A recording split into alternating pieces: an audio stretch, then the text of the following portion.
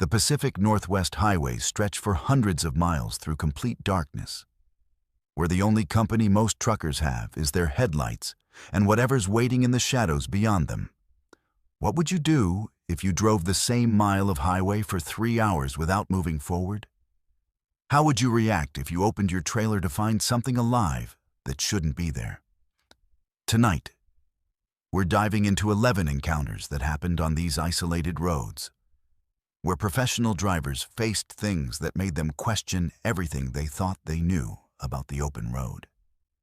From I-5 to Route 101, these highways hide secrets that only reveal themselves when you're alone at 3 a.m. with nowhere to run. Some of these truckers quit their jobs the next day. Others still drive these routes, knowing what's out there. The question is, would you keep driving? This is Verified Fears, and by the time you reach Story 11, you'll understand why some stretches of highway are driven in complete silence. Stay until the end, because the final story will change how you see every exit ramp you pass. Let's hit the road. I've been driving freight for 17 years, and I thought I'd seen everything the road could throw at me. Blizzards that turned windshields into white walls, fog so thick you could taste it, black ice that made a 70,000-pound rig dance like a figure skater. But nothing, and I mean nothing, prepared me for what happened on I-5 between Ashland and Medford on a Tuesday night in October. I still drive that route, but I won't lie to you. Every single time I pass mile marker 14, my hands tighten on the wheel, and I don't breathe easy until I'm well past it. It started normal enough. I'd picked up a load of electronics in Sacramento, heading north to Portland with a deadline that had me pushing through the night. The weather was clear, traffic was light, and I was making good time. Around 2 in the morning, I crossed into Oregon and started the climb through the Siskiyous. That's when I noticed my fuel gauge was sitting lower than I'd like. So I made a mental note to stop at the truck stop just past Ashland at exit 14. I'd fueled up there 100 times before. Nice folks, decent coffee, clean restrooms. Just another routine stop on a routine run. I came down out of the mountains and hit the flats heading toward Ashland, and that's when things started feeling off. Not wrong exactly, just off. You know that feeling when something's not quite right, but you can't put your finger on it? The highway looked normal. My gauges all read normal. The white dashed lines kept disappearing under my hood at the same steady rhythm they always did. But something in my gut was sending up flares. I've learned to trust that feeling over the years. It's saved my life more than once. I glanced at my GPS and saw mile marker 14 coming up in about 2 minutes. I checked my odometer out of habit, something I do without thinking after nearly 2 decades on the road. It read 847,293 miles. I remember that number specifically because of what came next. I passed mile marker 14 and kept my eyes out for the exit. But the sign never came. No big deal. I figured maybe I'd miscalculated the distance. I'd catch it on the next marker. So I kept driving, watching the white lines eat up under my headlights, listening to some old Waylon Jennings on the radio. 3 minutes later, according to my clock, I passed mile marker 14 again. Now, I'm not a stupid man. I know that doesn't make sense. But I'm telling you what I saw. The exact same marker, same stretch of road, same everything. I checked my odometer, and it still read 847,293 miles. Not 847,295 or 847,296 like it should have been after 3 minutes of driving at 65 miles per hour. The exact same number. I felt my chest tighten, but I told myself I was just tired. Long haul will mess with your head sometimes, make you see things that aren't there. I shook it off and kept driving. 5 minutes later, mile marker 14 again. Same marker, same odometer reading, same song on the radio actually, which is when I really started to panic. I'd been listening to Mamas Don't Let Your Babies Grow Up to Be Cowboys when I first passed the marker, and now it was playing again. Same verse, same guitar lick. I grabbed my phone to check the time, and it read 2:17 a.m. It had read 2:17 a.m. the first time I passed the marker. My radio clock agreed. So did the clock on my dashboard. I did what any sane person would do. I pulled over to the shoulder, put on my hazards, and sat there trying to make sense of what was happening.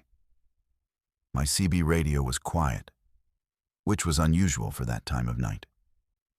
Usually, you've got at least a few drivers shooting the breeze, warning each other about smokies or weather ahead. But tonight, nothing. Just static. I keyed the mic and called out, asking if anyone could hear me. No response. Just that empty static that sounded like the universe holding its breath. I sat there for what felt like 10 minutes, going through every rational explanation I could think of. Maybe I'd fallen asleep and dreamed the whole thing.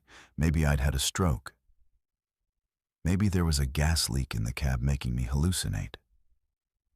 But I felt fine. Alert. More alert than I'd felt in months, actually, because fear has a way of sharpening everything to a razor's edge. Finally, I decided to get moving again. I pulled back onto the highway and accelerated up to speed, determined to just power through whatever this was until I hit Medford. 3 minutes later, mile marker 14. I actually laughed when I saw it, one of those high, strangled laughs that doesn't sound like it came from your own throat. The odometer still read 8:47,293. The clock still read 2:17 a.m. Waylon Jennings was still singing about cowboys. I checked my fuel gauge, and here's the thing that really made my blood run cold. It hadn't moved. I'd been driving for what felt like 20 minutes, and my fuel gauge was reading exactly 3/4 full, same as when I'd first noticed it. I tried everything. I sped up to 85 miles per hour, way faster than you should ever push a loaded rig, and mile marker 14 still appeared every few minutes. I slowed down to 35, and same thing. I tried to exit at what should have been exit 14, but there was no exit. Just more highway, stretching endlessly in both directions, with that same mile marker appearing over and over like a sick joke. I tried turning around, actually attempted a U-turn in the median, which is insane and illegal and desperate. But I couldn't even do that. My steering wheel would only let me go forward, not left into the median, not right onto the shoulder for more than a few seconds, only forward. The worst part wasn't the repetition. The worst part was the growing certainty that I wasn't alone. I started noticing things in my mirrors. Shadows that moved wrong, shapes at the edge of my headlight range that disappeared when I tried to focus on them.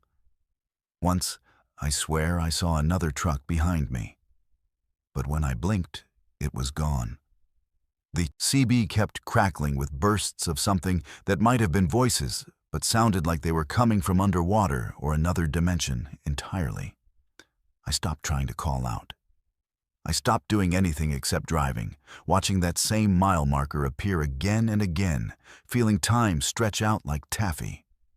I don't know how many times I passed mile marker 14, 50, 100. At some point, I stopped counting because counting implied that numbers still meant something. And in whatever hell I'd driven into, they clearly didn't. My fuel gauge never moved. My odometer never changed. The clock stayed frozen at 2:17 a.m.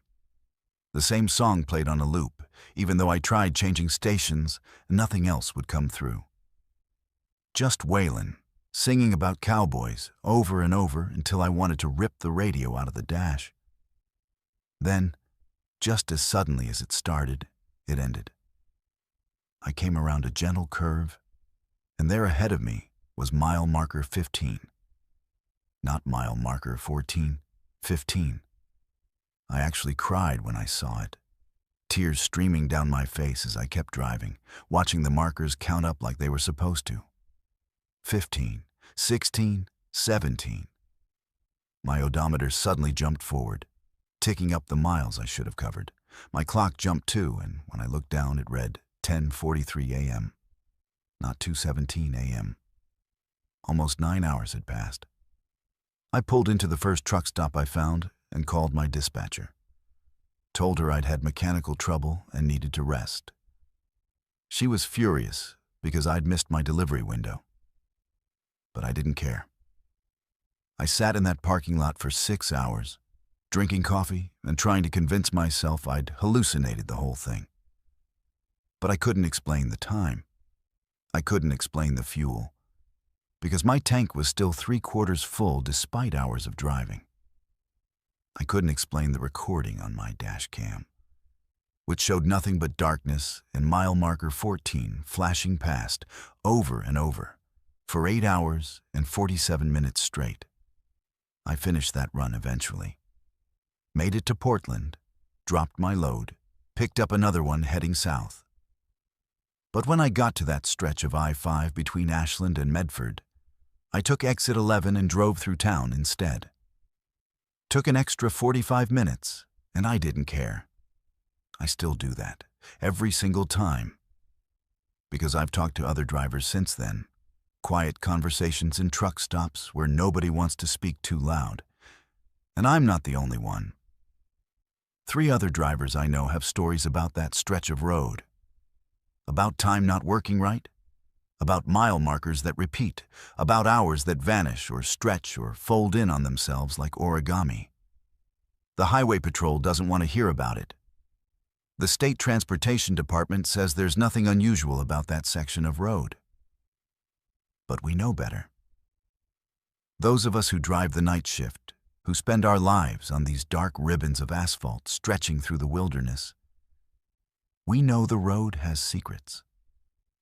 And sometimes, if you're unlucky enough to be in the wrong place at the wrong time, you find yourself trapped in one of them.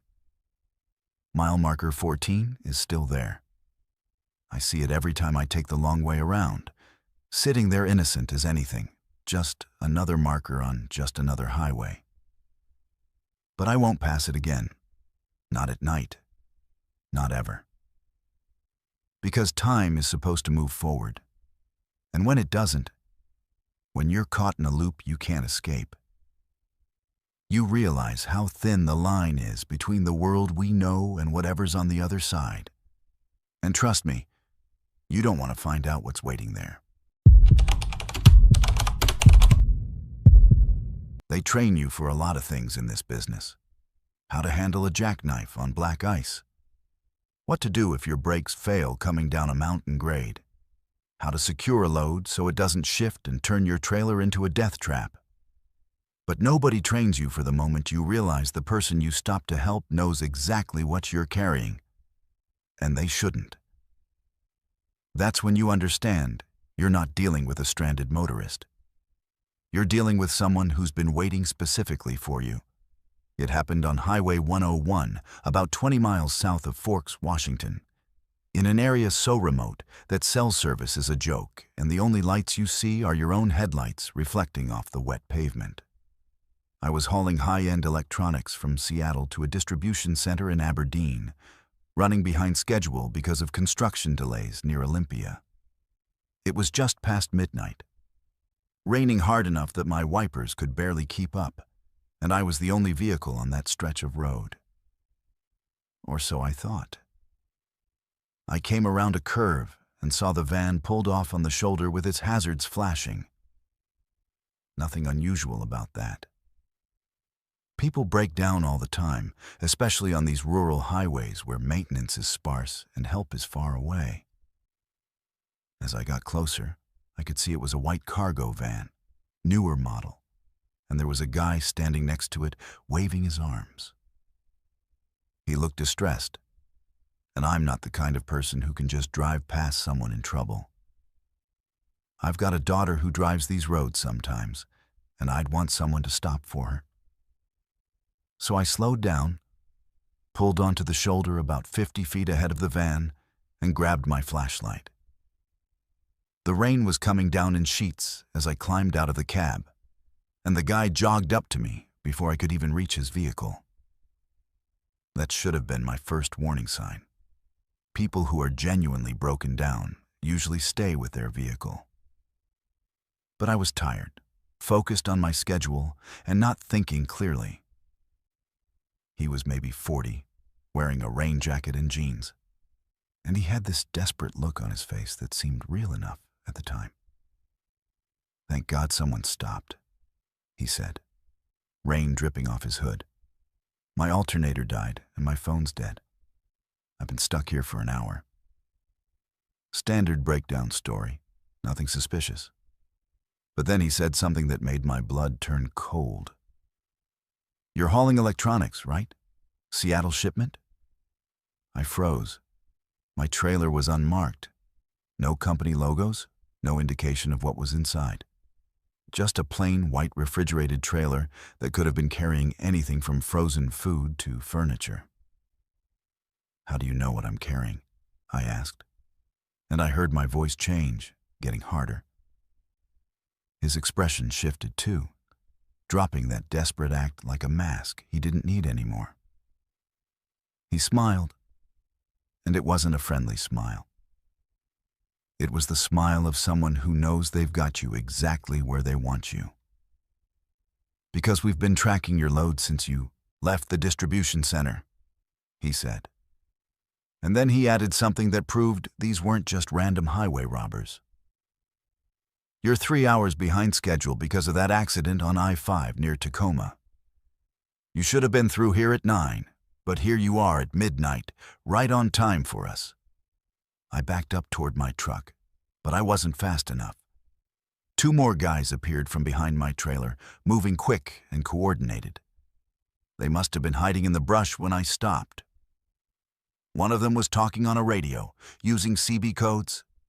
10-4, 10-20, Smoky Report.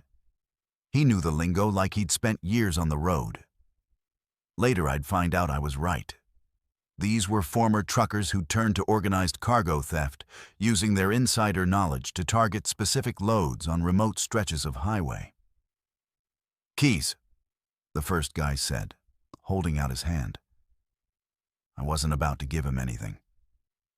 That load was worth close to $2 million, and I'd be liable for every penny of it. More importantly, I'd spent 23 years building my reputation in this industry, and I wasn't going to let some highway pirates destroy it in one night. So I did the only thing I could think of. I ran, not away from my truck, but toward it. I'm 56 years old and carrying about 40 extra pounds, but fear is a hell of a motivator. I made it to my cab, jumped in, and slammed the door just as one of them grabbed for it. I fired up the engine and heard them shouting, but I didn't wait to hear what they were saying. I dropped the hammer and that big diesel roared to life, 18 wheels biting into the wet pavement as I accelerated. In my mirror, I saw them sprinting back to the van. They weren't giving up. They were coming after me. And that's when I realized this wasn't just an opportunistic robbery. This was organized, planned, and they weren't going to let a $2 million load just drive away. The van's headlights appeared behind me faster than they should have. That thing was modified, running way hotter than any stock cargo van had a right to. I pushed my rig up to 70, which is insane on that stretch of 101 in the rain at night. The curves come fast, the shoulders drop off into ditches, and one wrong move means you're rolling. But 70 wasn't enough. The van closed the distance, and then I saw something that made my situation exponentially worse. A second set of headlights appeared ahead of me, coming from the opposite direction. They'd boxed me in. My CB crackled to life. "You're making this harder than it needs to be, driver. Pull over and we'll let you walk away." The voice was calm, professional, like we were negotiating a business deal instead of a highway robbery. I grabbed the mic. Channel 9, emergency requesting any law enforcement on Highway 101 south of Forks. Nothing but static. They were jamming the signal somehow, blocking my ability to call for help. These guys weren't amateurs. They had equipment, coordination, and a level of sophistication that terrified me. The truck ahead of me started slowing down, trying to force me to brake. Behind me, the van was riding my bumper. I had maybe 30 seconds before they'd have me stopped, and once that happened, it was over. I knew these roads, though. I'd driven this route twice a week for 5 years, and I knew something they apparently didn't. About 2 miles ahead, there was a turnoff to an old logging road. Single lane, barely maintained, leading back into the Olympic National Forest. If I could make it there before they forced me to stop, I might have a chance. I watched my GPS, counting down the distance. 1/4 mile. The truck ahead was braking hard now, hazards on, trying to make me stop. The van behind me bumped my trailer, a warning tap that rattled my teeth. I gripped the wheel and made my decision. When the logging road appeared on my right, I yanked the wheel hard over without braking. 70,000 pounds of truck and trailer don't turn on a dime, especially not at 60 miles per hour in the rain. My trailer slewed sideways, tires screaming, and for a second I thought I was going to jackknife and roll. But the tires caught, the trailer straightened out, and I was on the logging road, branches scraping both sides of my truck like fingernails on a chalkboard. Behind me, I saw the van try to follow, but they were going too fast. They slid past the turnoff, brake lights flaring red in the darkness. The truck ahead kept going too, probably radioing the van to turn around. I had maybe 90 seconds before they'd be back on my tail.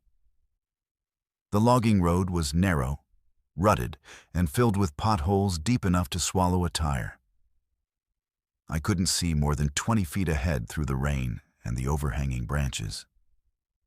But I kept going, pushing that truck down a road it had no business being on. The van's headlights reappeared in my mirror, bouncing wildly as it hit the rough road. They were gaining on me, but now I had an advantage. This was a single-lane road with no room to pass and nowhere to turn around. And I was driving an 80-foot-long, 40-ton battering ram. When I saw the narrow wooden bridge ahead, spanning a creek that was running high from the rain, I knew what I had to do.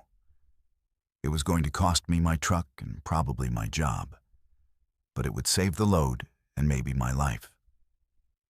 I accelerated onto the bridge, and then, right in the middle, I locked up the brakes. The truck slid to a stop, completely blocking the bridge. Behind me, the van's headlights got closer, and I could hear their engine revving. I jumped out of the cab and ran into the forest, crashing through underbrush in complete darkness. I heard them shouting, heard the van's doors slam. But I also heard something else, the sound of old wooden bridge supports cracking under the weight of my fully loaded trailer. They must have heard it too, because the shouting changed from angry to panicked. I didn't stop running until I'd put half a mile between me and that bridge. When I finally looked back, I couldn't see the lights anymore. I pulled out my phone and miraculously had 1 bar of service. I called 911 and gave them my approximate location. Then I called my dispatcher and told her she'd better send someone with a very good tow truck. It took the sheriff's department 45 minutes to reach me and another 2 hours to secure the scene. My truck was still on the bridge, which was sagging but hadn't collapsed. The van was gone, but they'd left tire tracks and other evidence. The deputies told me I wasn't the first driver to report organized robbery attempts on that stretch of highway. There had been 6 incidents in the last 4 months, all targeting high-value electronics shipments. The FBI got involved eventually, and 3 months later, They arrested 7 people, including 2 former truckers who'd been feeding route information to the crew. My company covered the damages to the truck and gave me a bonus for protecting the load. But I'll tell you what they didn't cover. The nightmares. The way my heart races every time I see a broken-down vehicle on a dark highway. The paranoia that makes me check my mirrors every 30 seconds, looking for vehicles that might be following me. They didn't train me for that, and there's no insurance policy that covers it. I still drive Highway 101, but I don't drive it alone anymore. I run in convoys when I can, stay in constant radio contact with other drivers, and I never, ever stop for stranded motorists in remote areas anymore. I call it in and keep driving. Some people probably think I'm heartless for that. Let them. They haven't looked into the eyes of someone who knows what you're carrying and knows you're alone. They haven't realized that the Good Samaritan instinct we're all taught as kids can get you killed on the wrong stretch of road at the wrong time of night. The highway isn't just dangerous because of weather or mechanical failure.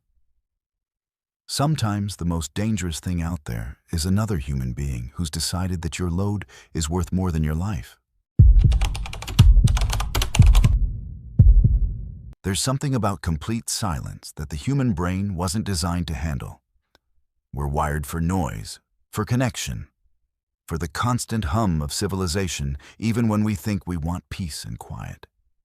When that all gets stripped away, when every form of communication just stops working and you're truly alone, your mind starts doing things to fill that void. Things you don't want it to do.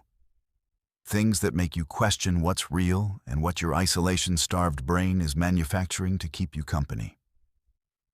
I learned that on Highway 20 through the North Cascades on a Wednesday night in late September.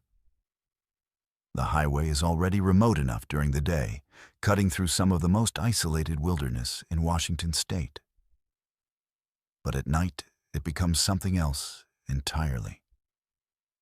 Miles and miles of nothing but mountains, forests, and darkness so complete, it feels like you're driving through the void itself. I'd made the run dozens of times before without incident. This time was different.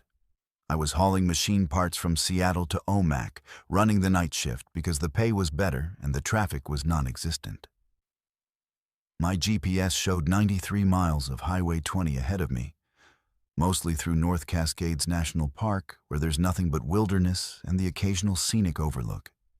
Cell service on that stretch is spotty at best, but I had my CB radio, my satellite phone for emergencies, and all my digital systems running smoothly. At least, they were running smoothly when I entered the pass. The first thing that went was my phone. Not gradually, not with the usual fading bars that let you know you're losing signal. It just died. 1 second I was looking at 3 bars of service. The next second the screen went black, like someone had flipped a switch. I tried turning it back on. Nothing. Not even the boot screen. I figured the battery had died, even though it had shown 80% charge moments before. Annoying, but not alarming. I still had my CB and my GPS. 10 minutes later, my CB crackled once and went silent. I keyed the mic. "Breaker, breaker. This is westbound on Highway 20. Anyone copy?" Static. Not even normal static, but a kind of dead silence that felt wrong. I checked my radio settings, made sure I was on the right channel. Everything looked normal, but when I tried to transmit again, nothing happened. The radio was on. The power light was glowing green, but it was like shouting into a void. That's when I started feeling it. That prickle on the back of your neck that tells you something's off. I checked my dashboard and felt my chest tighten. My GPS was frozen. The screen still showed the map, showed my position on Highway 20, but the little arrow representing my truck wasn't moving. The mile marker wasn't updating. Time was ticking forward on the clock display, But the GPS acted like I was sitting still, even though I could feel the road passing beneath my wheels. I tried my satellite phone, the one piece of equipment that's supposed to work anywhere on the planet. Dead. The digital displays on my dashboard started flickering, numbers jumping randomly before settling on readings that couldn't be right. My speedometer said I was doing 45 when I knew I was doing 65. My fuel gauge bounced between full and empty.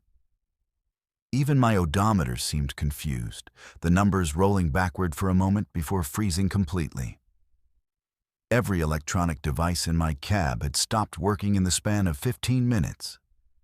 And I was entering the most remote stretch of the pass, with no way to call for help and no traffic around me for miles. I hadn't seen another vehicle since I'd left the last small town. And I wouldn't see civilization again for at least another hour. Maybe longer, since my GPS was dead, and I couldn't tell exactly where I was on this long, winding stretch of mountain highway. The rational part of my brain tried to find explanations. Solar flare, maybe, or some kind of electromagnetic interference from the mountains. But electromagnetic interference doesn't kill battery-powered devices that are already on. It doesn't make your speedometer lie. And it doesn't explain the feeling I had, growing stronger with each passing minute, that I wasn't alone out here. I kept driving because there was nothing else to do. No turnoffs, no places to stop except narrow shoulders that dropped off into darkness. The road twisted through the mountains, and my headlights carved a narrow tunnel through the blackness that pressed in from all sides. Without my radio, without even the ability to check my phone, the silence in the cab became oppressive. I could hear things I normally wouldn't notice. The hum of my tires on pavement, the rattle of something loose in the trailer, my own breathing, too loud in the quiet. That's when I started seeing things at the edge of my headlights. Movement, just quick flickers that vanished when I tried to focus on them. Shapes that might have been trees or rocks or something else. My rational brain said it was tricks of light, shadows cast by my headlights hitting the trees and undergrowth at weird angles. But isolation does funny things to your mind, and I'd been alone in complete silence for almost 30 minutes now. No radio chatter, no phone calls, no GPS voice telling me what was ahead. Just silence and darkness, and the growing certainty that something was out there watching me. I saw the hitchhiker at mile marker 127, or at least I think it was mile marker 127 since my GPS was frozen and I was counting markers manually. He was standing on the shoulder, thumb out, wearing clothes that seemed wrong somehow. Too formal for a hiking trip, too clean for someone who'd been walking along a mountain highway. I slowed down instinctively, then caught myself. Every piece of common sense I had screamed not to stop. Not here, not now, not when every system in my truck had failed and I was completely cut off from the outside world. I passed him and looked in my mirror. He was gone. Not walking away, not turning around, just gone, like he'd never been there at all. My hands started shaking on the wheel. I told myself I'd imagined him, that my isolation-starved brain had conjured him up to break the oppressive loneliness. But I'd seen him clearly. Seen his face, his clothes, the way he'd looked directly at me as I passed. The animals came next. Deer standing in the middle of the road, dozens of them, their eyes reflecting red in my headlights. But they didn't move when I approached. They just stood there, perfectly still, watching my truck bear down on them. I hit the brakes and the air horn simultaneously, and they vanished. Not scattered, not bolted into the forest. They simply ceased to exist between one heartbeat and the next. The road ahead was empty like they'd never been there. I was breathing hard now, my heart hammering against my ribs. I knew what was happening. I'd read about it in some trucker forum years ago. Isolation-induced hallucinations. When your brain gets cut off from external stimuli for too long, it starts generating its own. Visual hallucinations are common in extreme isolation, your mind manufacturing stimuli to compensate for the sensory deprivation. Knowing what it was didn't make it less terrifying. Because if I was hallucinating, how could I trust anything I was seeing? How did I know the road was real? How did I know the mountains on either side weren't closing in, that the highway wasn't leading me somewhere it shouldn't? I gripped the wheel tighter and focused on the white line at the edge of the road, using it as an anchor to reality. The figure standing in the middle of my lane appeared so suddenly, I didn't have time to react. It looked human, but wrong in ways I couldn't articulate. Too tall, proportions slightly off, movements too fluid. I yanked the wheel hard right, felt my trailer swing out, and for a terrible moment, I thought I was going to jackknife and roll. The tires screamed, the cab tilted, and I was certain this was it. This was how I died, chasing hallucinations on a mountain highway in the middle of nowhere. The truck straightened out. I was still on the road, still moving forward, my heart trying to punch through my chest wall. In my mirror, there was nothing. No figure, no skid marks, no evidence that anything had happened. But I'd felt the truck react. I'd felt the tires lose traction. That wasn't a hallucination. Or was it? Could isolation mess with your perception so completely that you'd feel things that weren't real? I started talking to myself, out loud just to hear a human voice. Didn't matter what I said. Weather observations, descriptions of what I was seeing, old song lyrics I could remember. Anything to fill the silence that seemed to be eating at the edges of my sanity. My voice sounded strange in the cab, too loud and too quiet at the same time, like the silence was absorbing it before it could fully form. Time stopped meaning anything. I might have been driving for an hour or 3 hours. My clock still worked, but I didn't trust it anymore. I didn't trust anything. The road kept unwinding ahead of me. Curve after curve through mountains that seemed to shift and change when I wasn't looking directly at them. I started counting my heartbeats just to have something concrete to focus on. Something my brain couldn't manufacture or distort. Then, as suddenly as it had started, it ended. My phone buzzed to life in the cup holder where I'd tossed it. My CB crackled with someone talking about weather in Omak. My GPS unfroze and immediately started recalculating my route. The digital displays on my dashboard stabilized, showing normal readings. And I realized I was passing the Omak city limits sign. I'd crossed 93 miles of complete isolation without even realizing I'd reached the end. I pulled into the first truck stop I saw and sat in the parking lot for 2 hours.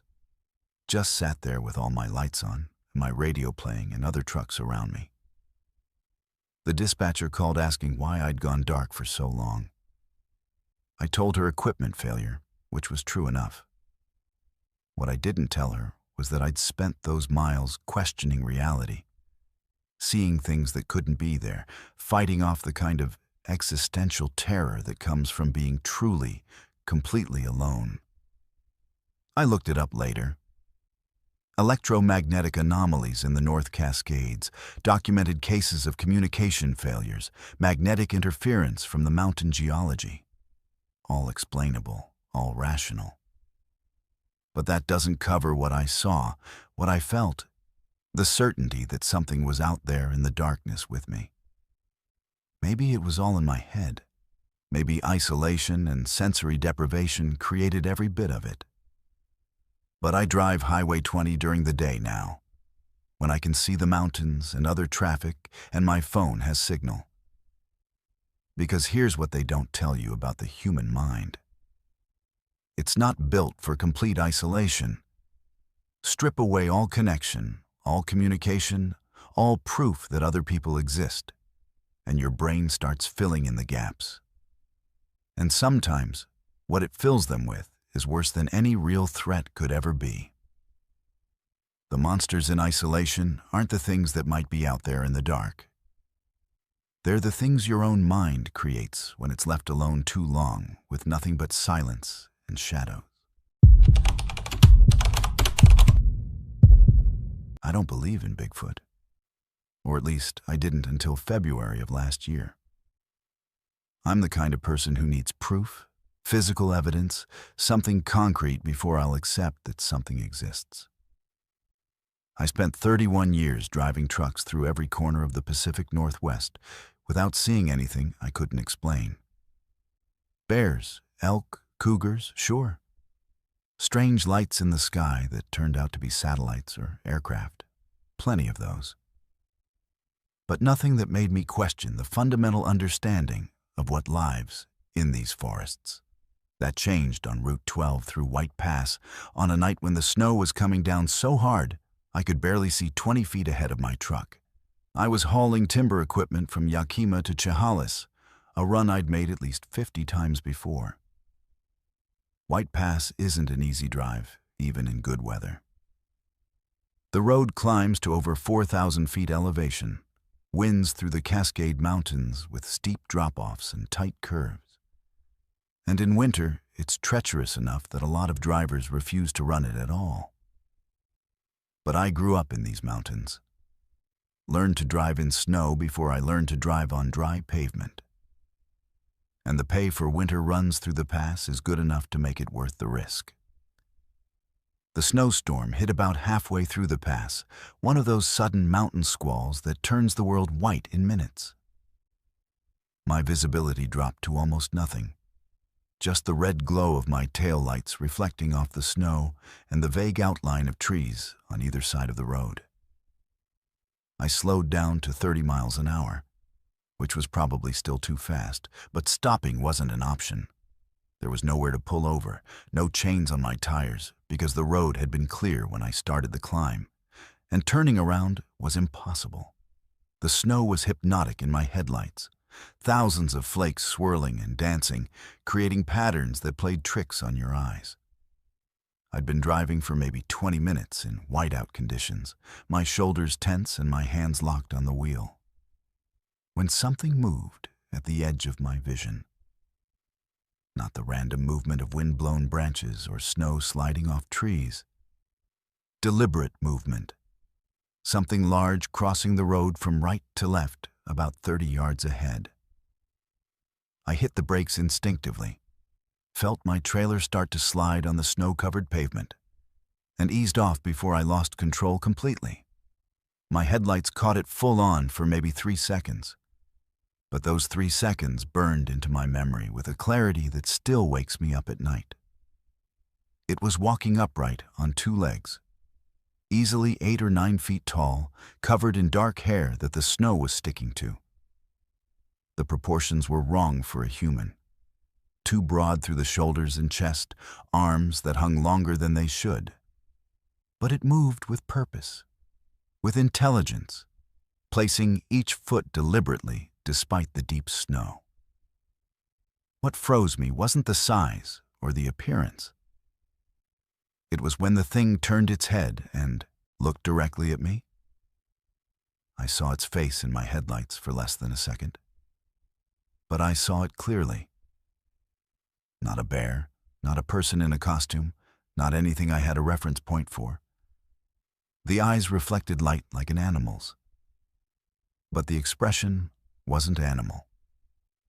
There was awareness there, intelligence, recognition that I was looking at it just as much as it was looking at me.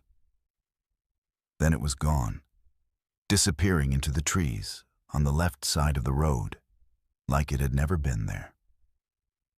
I sat there with my truck idling, snow piling up on my windshield faster than the wipers could clear it, trying to process what I'd just seen.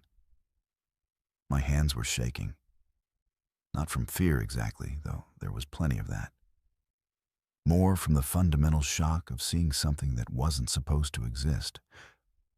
My brain kept trying to rationalize it, A bear standing on its hind legs, a person in a very good costume playing a prank in the middle of a snowstorm at night. Anything that fit into the world I understood. But I've seen bears. I've seen them stand up, seen them move through the forest. This wasn't a bear? The gait was wrong. The proportions were wrong. Everything about it was wrong for any animal I knew.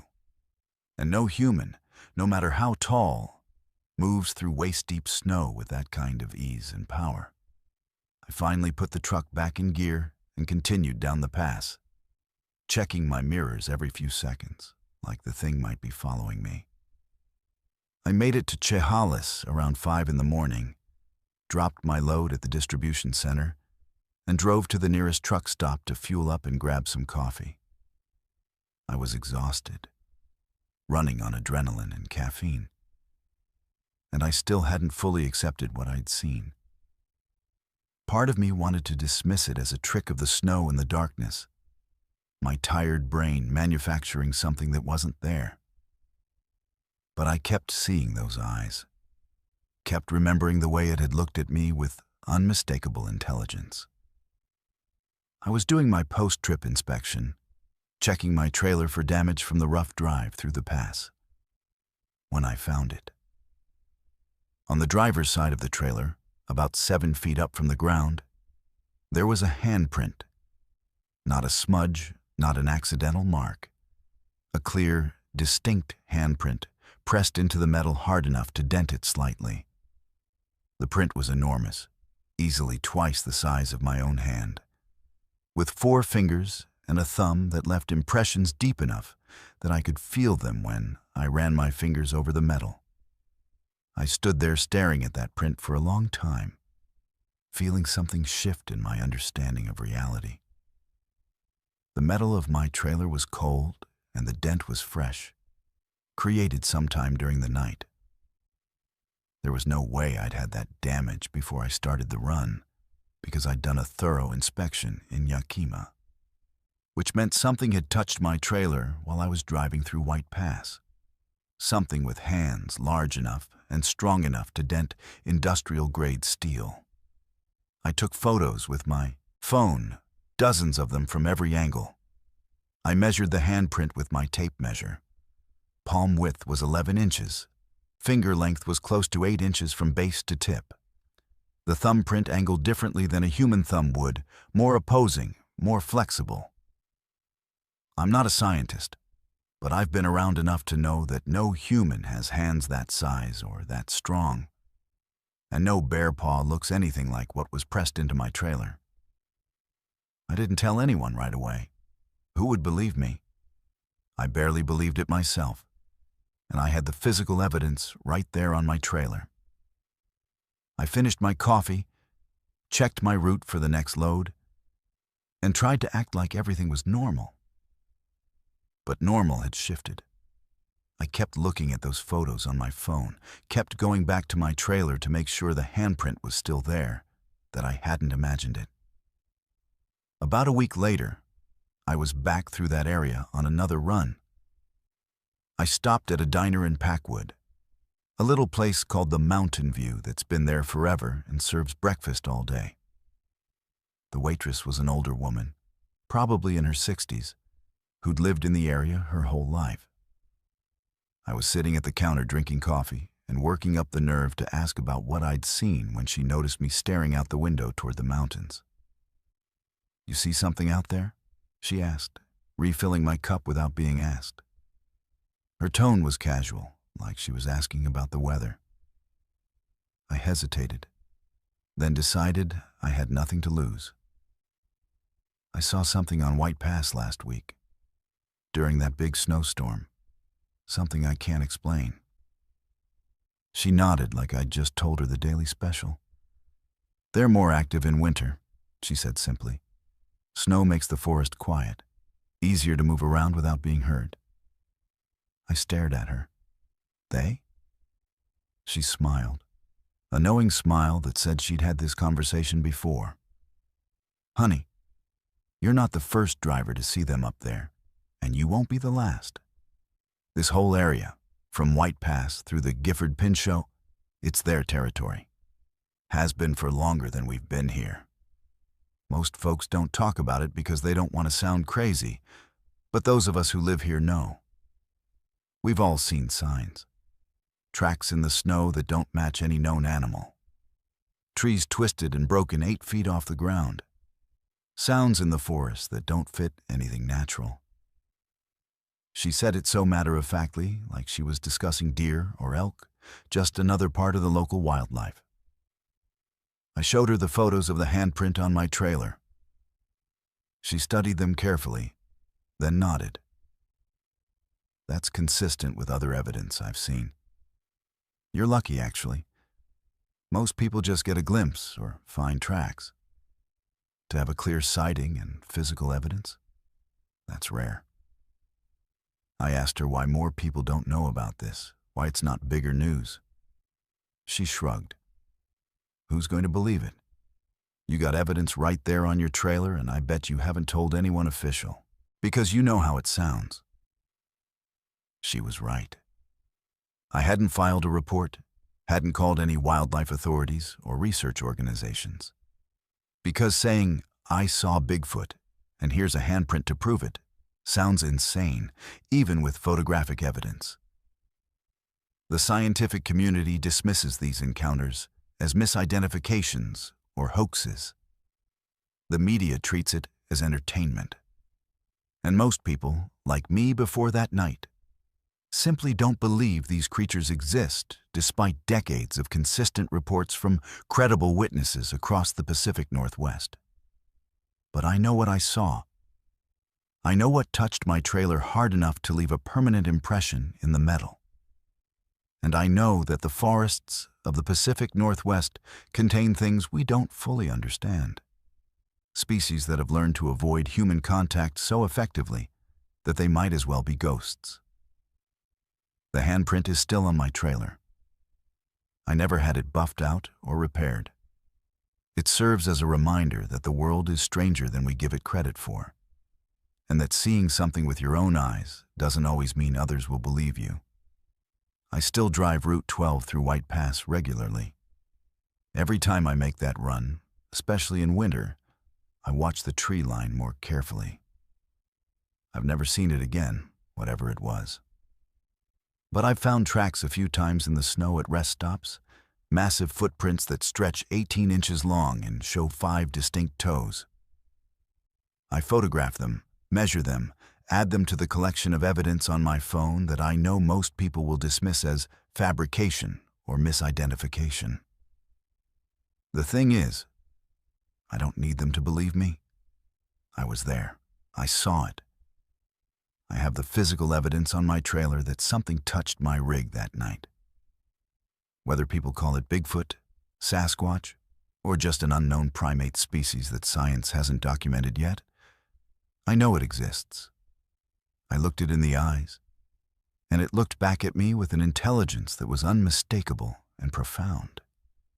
That's not something you forget, and it's not something you can unsee.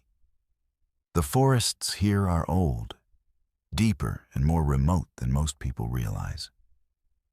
There are valleys that have never been logged, sections of wilderness where humans rarely venture. If something wanted to stay hidden in that vast expanse of mountains and trees, it could. It would just need to be smart enough, careful enough, and patient enough to avoid the increasingly rare places where its world overlaps with ours. And based on what I experienced, whatever lives up there in the high country has all 3 of those qualities in abundance. The CB radio is supposed to be for practical communication. Weather updates, traffic warnings, location of speed traps, that sort of thing.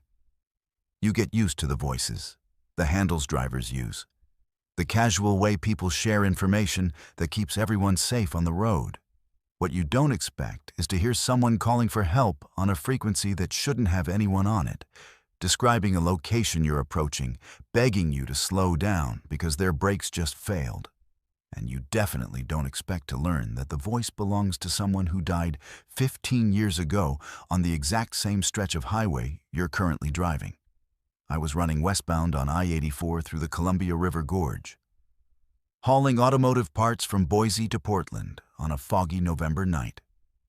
The gorge is beautiful during the day, with the Columbia River on one side and sheer cliffs on the other, waterfalls cascading down rock faces, and forests that look like something out of a postcard. At night, especially in fog, it's a different story.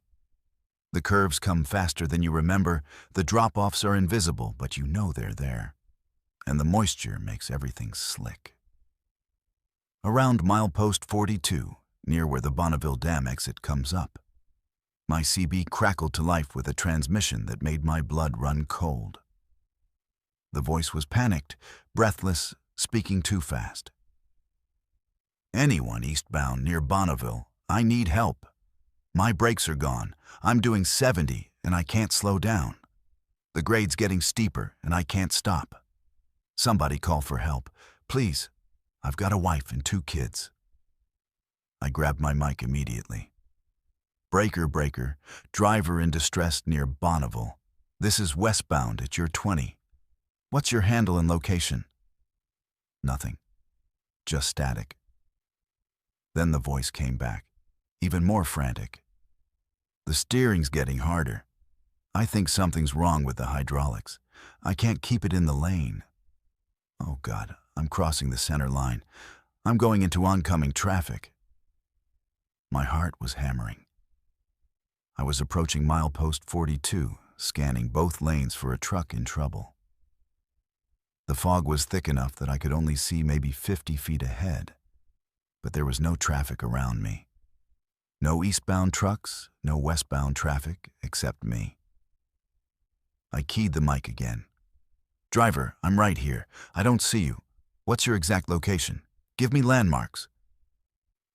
The voice came back one more time, and this time I heard the screech of metal and the sound of something massive crashing. I hit the barrier. I'm going over. "Tell my wife I love her. Tell Sarah and Tommy their dad loves them. Tell them I'm..." And then nothing. Dead silence on the CB, except for the normal static and occasional chatter from other channels. I pulled over at the next safe spot, shaking so hard I could barely hold the steering wheel. I grabbed my phone and called 911, reported what I'd heard, gave them the approximate location. The dispatcher took my information, but said they had no reports of accidents. In that area, no calls for help, no indication of any truck in distress. She said she'd send a unit to check the area, but sounded skeptical, like I'd either imagined it or someone was playing a prank on the CB. I sat there for 20 minutes, waiting to see emergency vehicles pass, waiting for confirmation that someone needed help. Nothing. Just fog and the occasional vehicle passing on the highway. Finally, I got back on the road, telling myself it must have been some kind of interference, maybe a recording someone was broadcasting as a sick joke. But the terror in that voice had been real. You can't fake that kind of fear. I finished my delivery in Portland and stopped at a truck stop in Troutdale before heading back east. I needed coffee, and I needed to talk to someone about what I'd heard. The place was mostly empty at 4 in the morning, just a few drivers grabbing breakfast or fueling up. I sat at the counter next to an older driver, maybe in his late 60s, who had the weathered look of someone who'd been doing this job for decades. I mentioned hearing something strange on the CB near Bonneville, being deliberately vague to see if he'd react. He set down his coffee cup and looked at me with an expression I couldn't quite read. "You heard Tommy, didn't you?" he said quietly. I felt the hair on my neck stand up. "Tommy?" He nodded. "Tommy Brewer. That was his handle on the CB. He died in 2010. Brake failure coming down the grade near milepost 42. Crossed the center line, hit the barrier, and went over the embankment. They found his truck at the bottom, burned out. He didn't make it." I stared at him, coffee forgotten. That's impossible. I just heard someone tonight, talking about brake failure at that exact location. Mentioned his wife and kids by name, Sarah and Tommy Jr. The old driver's face went pale. Those are Tommy's kids' names. His wife's name was Sarah, too. How do you know that? I told him everything I'd heard, every word of the transmission. He listened without interrupting, his expression growing more troubled with each detail. When I finished, he was quiet for a long time. Finally, he said, "You're not the first. Drivers have been reporting that transmission for years. Always in fog, always near milepost 42, always the same message. Some people think it's residual energy, like a recording playing over and over. Others think Tommy's trying to warn people about that section of road. It's dangerous there. The grade increases, there's a curve, and if your brakes are soft or you're going too fast, you can lose control exactly like he did."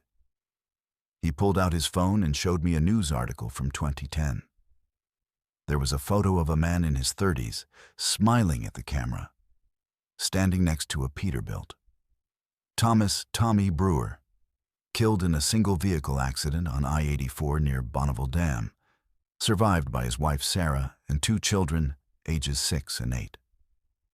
The article mentioned brake failure and how he'd crossed into oncoming traffic before hitting the median barrier and going over the side.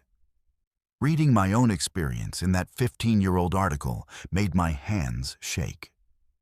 3 weeks later, I was running the same route. Different load, different time of night, but the same stretch of I-84 through the gorge. It was foggy again, that thick Columbia River fog that turns the world into a gray void. As I approached milepost 42, I found myself tensing up, listening to the CB more carefully than usual. Part of me hoped I wouldn't hear anything. Part of me almost wanted to, just to confirm I hadn't imagined it the first time. The transmission came through at almost the exact same spot. Same voice, same panic, same desperate plea for help. But this time, I knew what I was hearing. "Anyone eastbound near Bonneville, I need help. My brakes are gone." I grabbed the mic, and instead of trying to locate him, I said something different. "Tommy, I hear you. I know what happened. I'm sorry. But you need to know. You're helping people. You're warning us about this section. You probably saved lives tonight." The transmission stopped mid-sentence. For a moment, there was just static. Then, very faintly, I heard something that might have been "thank you" before the channel went completely silent. I drove the rest of the gorge with tears running down my face, not entirely sure why I was crying. Maybe because I'd just had a conversation with a dead man. Maybe because the loneliness in that voice, even after 15 years, was something I understood. We spend our lives on these roads, isolated in our cabs, connected only by radio waves and the occasional conversation at truck stops. Maybe death doesn't change that. I started asking other drivers about it. Quietly, in conversations at rest stops and truck stops, careful not to sound crazy. More than a dozen drivers admitted they'd heard similar transmissions on that stretch of I-84. Always in fog, always near milepost 42. Always Tommy's voice describing his brake failure. But here's the thing that really got to me. 3 drivers told me they'd slowed down immediately after hearing the transmission, and within minutes encountered actual hazards. Black ice, debris in the road, a disabled vehicle with no lights. Things that could have caused serious accidents if they'd been going highway speed. One driver, a woman who'd been running the West Coast for 20 years, told me she'd heard Tommy's transmission and slowed down just in time to avoid a massive pileup ahead. This was during the big snowstorm in February 2025, the one that caused over 100 vehicles to crash near Multnomah Falls. She'd been approaching the area when she heard the brake failure warning, slowed to 40 miles per hour, and was able to stop in time when she came up on the carnage. She's convinced Tommy saved her life. I've heard him 4 more times since that first night. Always the same location, always in fog, always the same desperate message. I don't try to respond anymore. I just slow down and watch the road carefully, because I've learned that when Tommy broadcasts, there's usually a reason. Maybe it's coincidence. Maybe drivers who hear his warning are just more cautious and therefore avoid accidents that were going to happen anyway. Or maybe there's something about that stretch of highway that keeps Tommy Brewer connected to it, trying to prevent other drivers from making his fatal mistake. I looked up his wife and kids. Sarah remarried in 2014. Tommy Jr. is 21 now. Sarah is 23. Neither of them drive trucks. According to social media, they both talk about their dad with love and respect, keeping his memory alive. They post on the anniversary of his death every year, sharing photos and memories. I wanted to message them, tell them what I've heard. But how do you tell someone their dead father is still out there trying to save lives? How do you explain that his last moments are replaying on CB radio for other drivers to hear? I decided not to contact them. Let them have their memories, their peace. But I think about Tommy every time I drive the gorge. I think about how he spent his last moments trying to get help. How terrified he must have been, knowing he couldn't stop and couldn't control where his truck was going.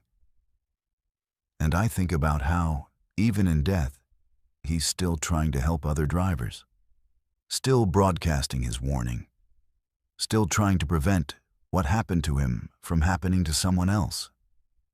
The CB radio is for practical communication, weather updates, traffic warnings, location of speed traps. But sometimes, if conditions are right and you're in the right place at the right time, it's something more. It's a connection between the living and the dead. A warning from someone who knows exactly how dangerous that curve can be, how fast things can go wrong, how precious those last seconds are before everything goes black. Tommy Brewer never made it home that night in 2010. But he's still out there on I-84, still trying to make sure other drivers do. There are certain loads you don't question. When a dispatcher gives you a pickup location, a delivery address, and tells you the trailer's already sealed and ready to go, you hook up and drive. That's the job. You're not responsible for what's inside, just for getting it where it needs to be on time and in the same condition it was when you picked it up. That policy exists for a reason, and for 26 years I followed it without issue. Until I picked up trailer number RT47A2 from a meat processing facility off Highway 97 just south of Klamath Falls, and learned that some rules exist because breaking them can save your life. The pickup was routine. Pre-dawn in late March, the kind of cold morning where your breath hangs in the air and frost covers everything. The facility was one of those industrial operations you see scattered along 97, processing beef for distribution across the West Coast. I'd hauled from them before without incident. The dispatcher had called it a hot load, meaning I needed to get it to Sacramento within 12 hours to meet a delivery window. Frozen beef in a refrigerated trailer, temperature locked at -10 degrees, sealed and certified by USDA inspectors. Everything by the book. The trailer was sitting in the yard when I arrived. A standard 53-foot refrigerated unit with the refrigeration system already running. I could hear the diesel generator humming, see the exhaust vapor rising in the cold air. The dock supervisor handed me the paperwork. Bills of lading showing 40,000 pounds of frozen beef quarters, sealed and inspected at 11 p.m. the previous night. The seal number matched the paperwork. The temperature gauge on the outside of the trailer read -12 degrees. Everything looked legitimate. I did my pre-trip inspection, checked the trailer lights and brakes, made sure the refrigeration system was running properly. The supervisor watched me work, which wasn't unusual, but there was something about his expression I couldn't read. When I asked if there were any issues with the load, he just shook his head and said to get it delivered quickly. Said the customer was particular about temperature consistency. Again, nothing unusual. Frozen meat is time-sensitive, temperature-sensitive, and expensive. You don't mess around with refrigerated loads. I hooked up the trailer, did my air brake test, and pulled out of the facility at 5:30 a.m. The plan was to take 97 south to I-5, then straight shot to Sacramento. 9 hours of driving if I pushed it, which would get the load there with time to spare. I grabbed coffee at the truck stop just south of Klamath Falls and headed out, watching the sunrise paint the Cascade Mountains gold and orange. Just another day, another load, another paycheck. The first indication something was wrong came about an hour into the drive. I was cruising through open country south of Klamath Falls when I felt something through the cab. Not a sound, exactly. More like a vibration. A rhythmic thump that seemed to come from behind me. I checked my mirrors, thinking maybe I'd thrown a retread or had a tire issue, but everything looked normal. The thumping continued, irregular but persistent, like something was shifting inside the trailer. I pulled over at the next wide spot and got out to check. The trailer looked fine. The refrigeration unit was running smoothly, the exhaust steady, the temperature gauge showing minus 11 degrees. But when I put my hand on the trailer wall, I felt it.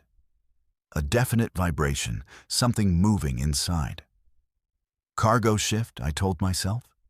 Frozen beef quarters hanging from rails, swaying with the movement of the truck. Except frozen meat doesn't shift. It's solid, locked in place by its own weight and the freezing temperature. I checked the seal on the trailer doors. Intact, unbroken, the number matching my paperwork exactly. Opening the trailer would break the seal, and breaking the seal meant I'd be liable for any discrepancies in the load when it was delivered. Company policy was clear. Don't break the seal unless there's visible damage or safety concerns. A little cargo movement didn't qualify. So I got back in the cab and continued driving, telling myself it was nothing. The thumping got louder over the next hour. Not constant, but regular enough that I couldn't ignore it. Thump, pause, thump, thump, pause. Like something was hitting the inside of the trailer wall, like something was trying to get out. I turned up the radio to drown it out, but I could still feel it through the seat, through the steering wheel, a rhythmic pounding that made my chest tight and my hands sweat. Then the temperature gauge started climbing. Minus 11 became minus 9, then minus 7, then minus 4. The refrigeration unit was running. I could hear it laboring, working harder than it should need to. But the temperature inside the trailer kept rising despite the system running at full capacity. At 30 degrees, frozen meat starts to thaw. At 40 degrees, bacteria begins to multiply. At 50 degrees, you've got a health hazard and a total loss of the load. I pulled over again, this time at a rest stop about 40 miles south of Klamath Falls. The temperature gauge now read 2 degrees, above freezing, completely unacceptable for frozen cargo. I had to check the load, seal or no seal. If the refrigeration system had failed, I needed to document it immediately to avoid liability. I grabbed my phone to start recording, walked back to the trailer doors, and felt my blood run cold. The metal was warm, not cold like it should be with a working refrigeration system. Warm, like something inside was generating heat. And the thumping was loud now, clear and distinct. Something was moving in there, something large enough to shake a 53-foot trailer. I put my ear against the door and heard something that made my stomach turn. Breathing. Heavy, labored breathing, like an animal in distress. My hands were shaking as I reached for the seal. Every instinct screamed at me to leave it alone, to call my dispatcher, to call the police, to do anything except open that trailer. But if there was an animal trapped inside, if someone had accidentally sealed a worker inside the trailer, if there was any chance someone needed help, I had to check. I broke the seal, threw the locking bars, and pulled the right door open a few inches. The smell hit me first. Not the clean, cold smell of frozen meat. Something else, warm and organic and wrong. The interior of the trailer was dark, the small amount of light from outside showing only the first few feet. I could see the beef quarters hanging from their rails, but they were dripping. Thawed meat doesn't drip like that, doesn't move like that, doesn't smell like that. And then I saw the claw marks. Deep gouges in the inside of the trailer walls, 4 parallel lines that had torn through the insulated aluminum like it was paper. The gouges were fresh, the metal still bright where it had been ripped. Something had done that from the inside. Something with claws strong enough to shred industrial refrigeration panels. I swung the door wider, my phone light illuminating more of the interior, and saw that the entire inside was covered with those marks. The walls, the ceiling, even the beef quarters themselves, torn and shredded.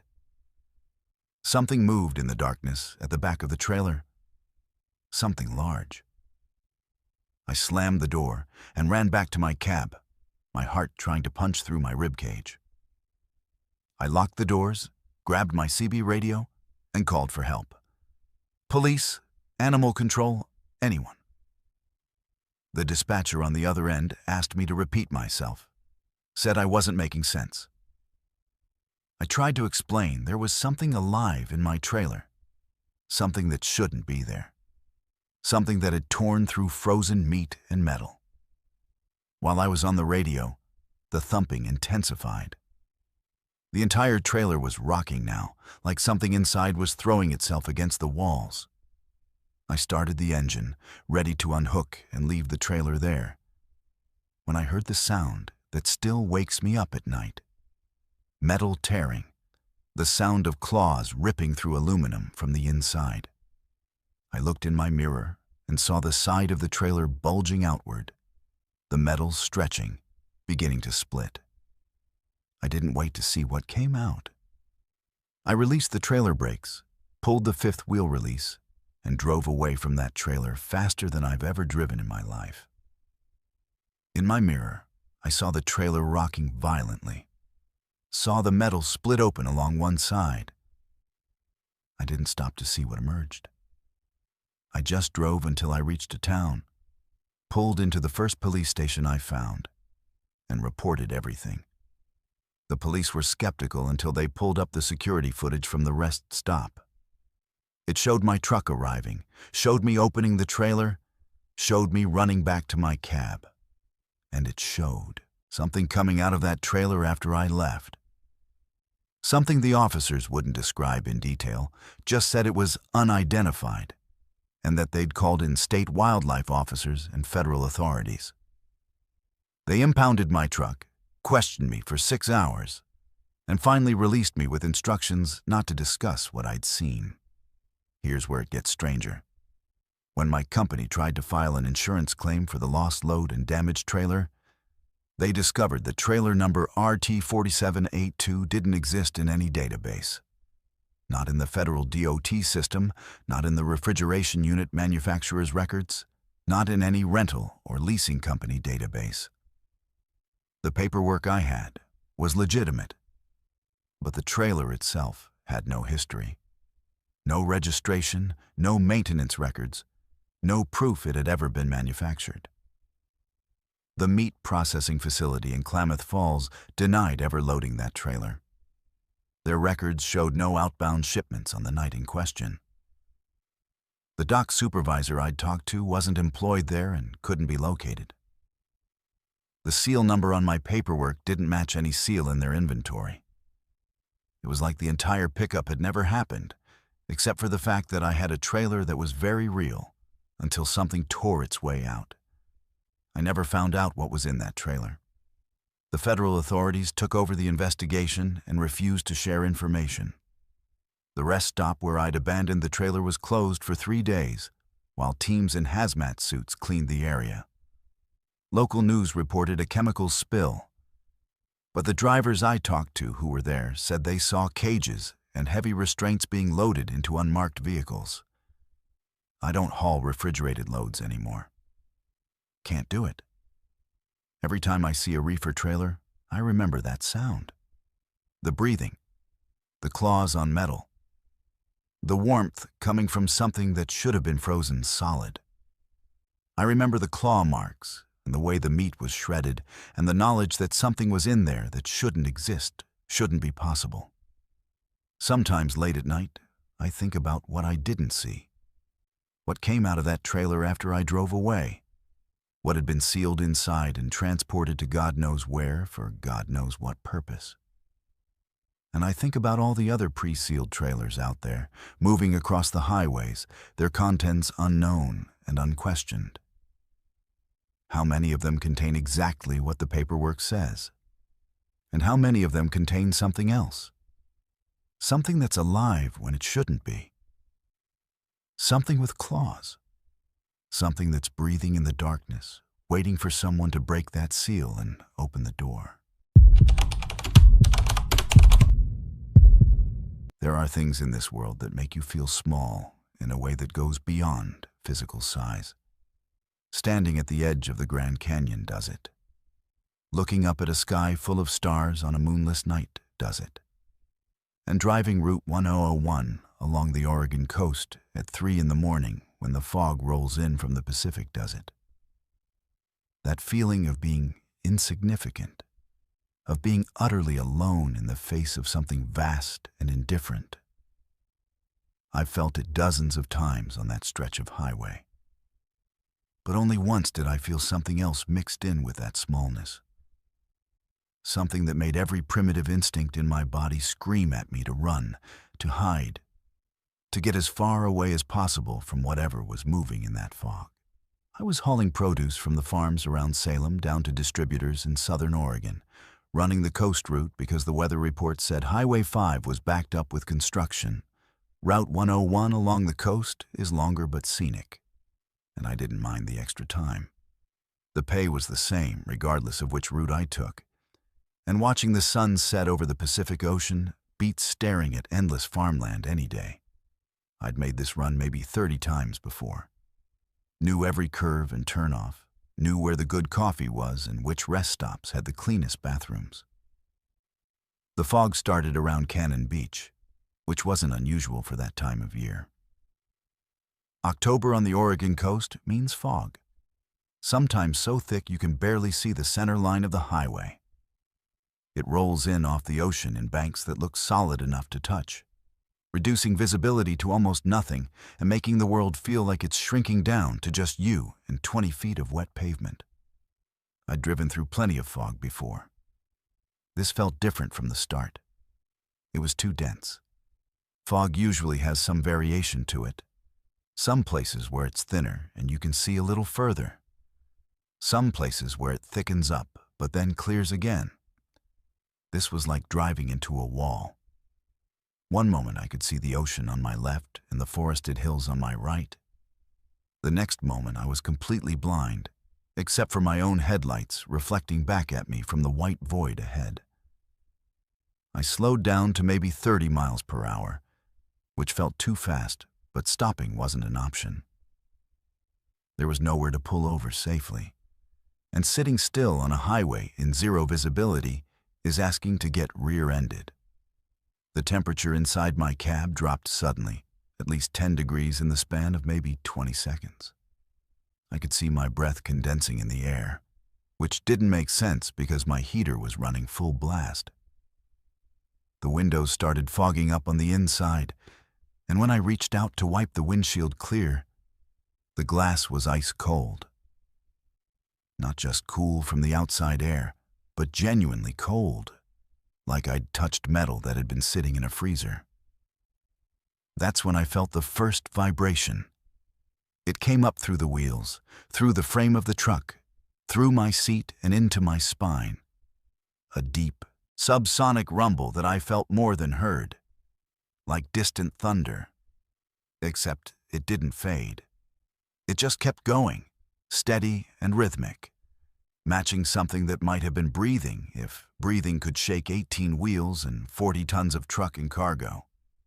I checked my mirrors instinctively, thinking maybe there was another truck behind me, something massive that I somehow hadn't noticed. But the mirrors showed nothing except white fog and the faint glow of my own tail lights. The vibration continued, and now I could hear something too. A sound like wind, but deeper, more resonant. Like the sound a whale makes, those deep calls that travel for miles through the ocean. Except this wasn't coming from the ocean. It was coming from the fog itself. Something moved on my left, between my truck and where I knew the ocean had to be. I couldn't see it clearly. Just a darkness in the fog, a shadow that was somehow blacker than the surrounding white. But the scale of it made my breath catch in my throat. It was huge, not truck huge, not even building huge. It was massive in a way that defied reasonable estimation, a shape that suggested something the size of a cargo ship moving parallel to the highway just off the shoulder of the road. I wanted to believe it was a trick of the fog, shadows and light playing games with my perception.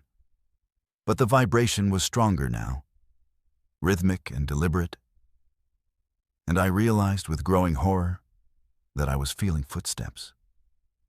Something was walking beside my truck, keeping pace with me, its footfalls heavy enough to shake the ground and transmit the impact through my tires and suspension.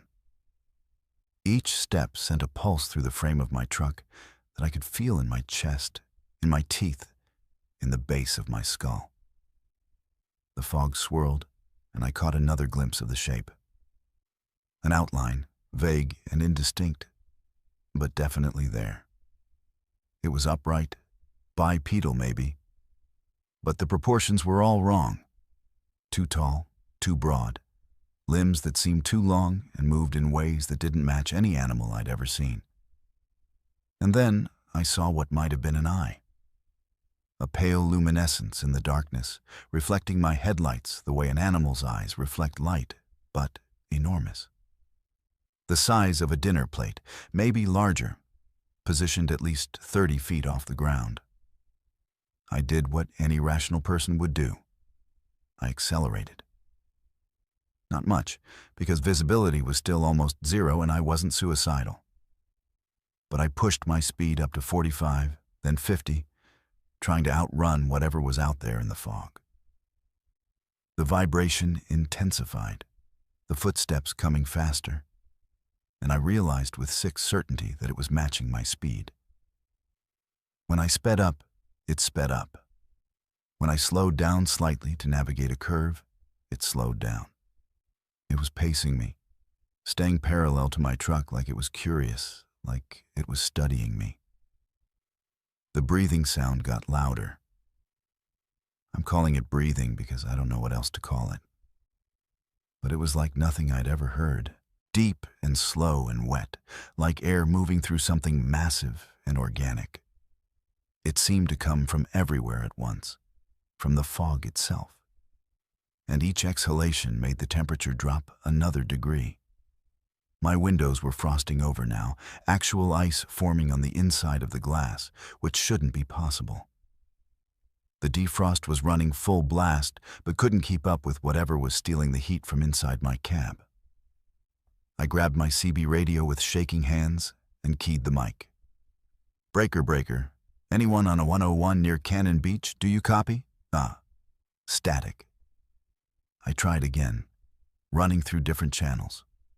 Nothing. No response, no background chatter, no indication that anyone else existed in the world except me and whatever was out there in the fog. My phone showed no service, which wasn't unusual for this stretch of coast. But the timing felt deliberately cruel. The shape moved closer. I couldn't see details, couldn't make out any features through the fog, but I could sense its proximity. It was right there, maybe 20 feet from my driver's side window, massive and impossible and utterly alien. I had the overwhelming impression that it was aware of me, that it knew I was inside this metal box, that it was considering whether I was worth its attention. The feeling of being observed, of being evaluated by an intelligence that was nothing like human intelligence, was more terrifying than any physical threat could have been. Then it made a sound that I still can't adequately describe. Imagine a foghorn, but organic. Imagine whale song mixed with the rumble of an earthquake. Imagine a sound so deep that you feel it in your internal organs, that makes your vision blur and your inner ear rebel and your heart skip beats. That sound filled the world, vibrated through the fog, through my truck, through my body, and for a moment I thought I was going to pass out just from the sheer physical impact of it. I don't remember the next few minutes clearly. I know I kept driving. No, I kept the truck on the road somehow, despite shaking so hard I could barely hold the wheel. The shape stayed with me, moving through the fog with a fluid grace that something that size shouldn't possess. Sometimes it was close enough that I could feel the displacement of air when it moved.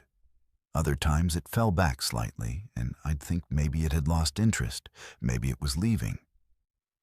Then the footsteps would return, the breathing would resume, and I'd know it was still there. Mile marker 62. I remember seeing that sign through a brief gap in the fog, and I remember thinking I'd been driving in this nightmare for at least 20 minutes. My hands were numb from gripping the wheel, my shoulders ached from tension, and I was crying without realizing it. Tears running down my face while I muttered prayers I'd learned as a child and hadn't said in 30 years. Then, as suddenly as it had started, it ended. One moment I was driving blind through suffocating fog with something massive stalking me from the shoulder. The next moment the fog was just gone, not gradually thinning, not slowly dissipating. It was like driving through a curtain. One side was the fog and whatever lived in it. The other side was clear night air with stars visible overhead, and the highway stretching out ahead of me, empty and normal. I looked in my mirrors and saw the fog behind me, a solid wall of white that ended at a specific point on the highway, like someone had drawn a line.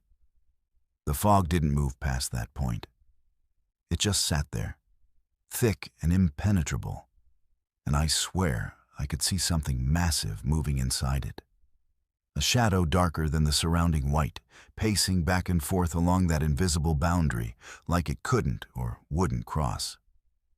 I drove for another 10 miles before I felt safe enough to pull over at a rest stop. I sat there with all my lights on, engine running, doors locked, and tried to make sense of what had happened. My rational mind kept insisting it was just fog, just tricks of light and shadow and my imagination running wild. But my body knew better. I was soaked with sweat despite the cold, my heart was still racing, and my hands wouldn't stop shaking.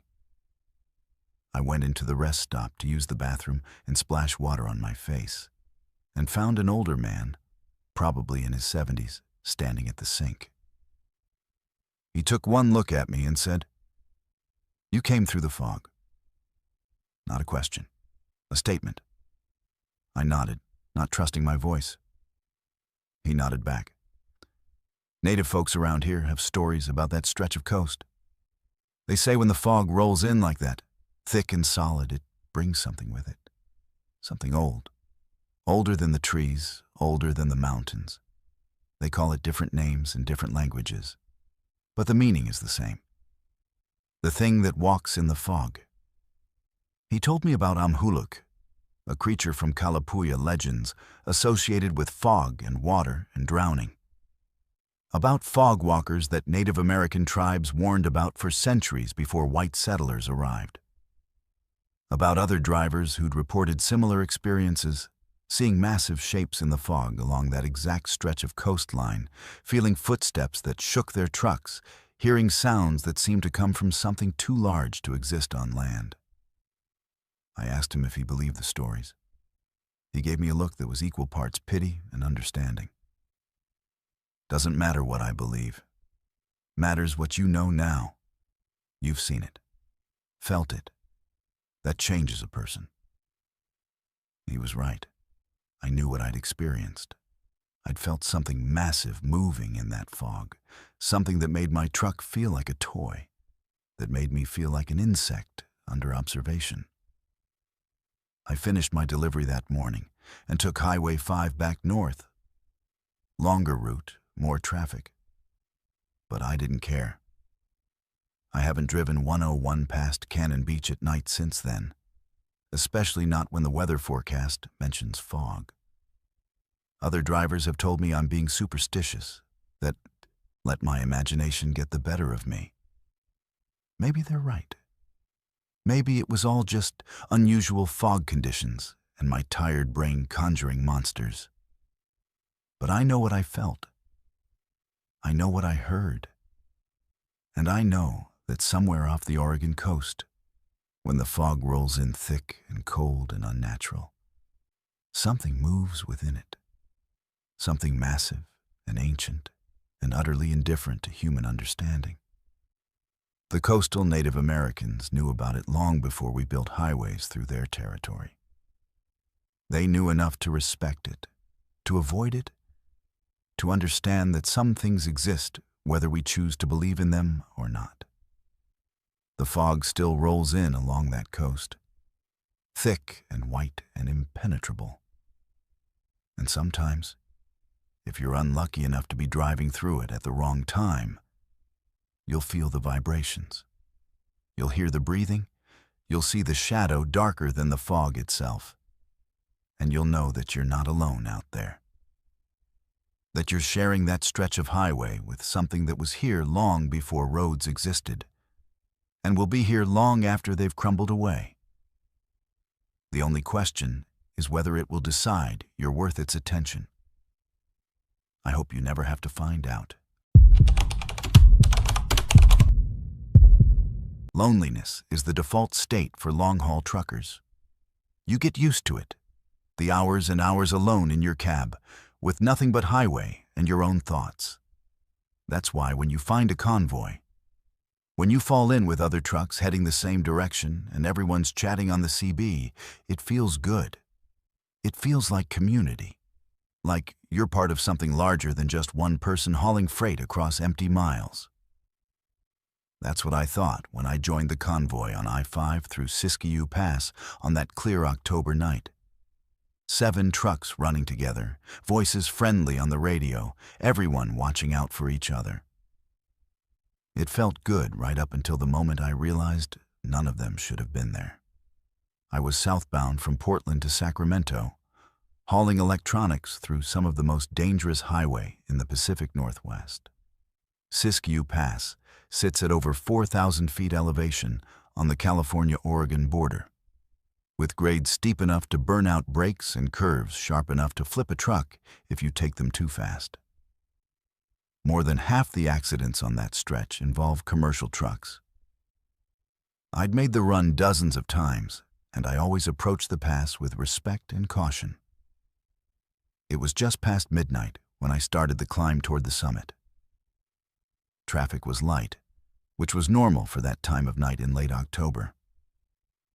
I had my CB tuned to Channel 19, the trucker channel, listening to occasional chatter from other drivers scattered across the interstate. That's when I heard the call.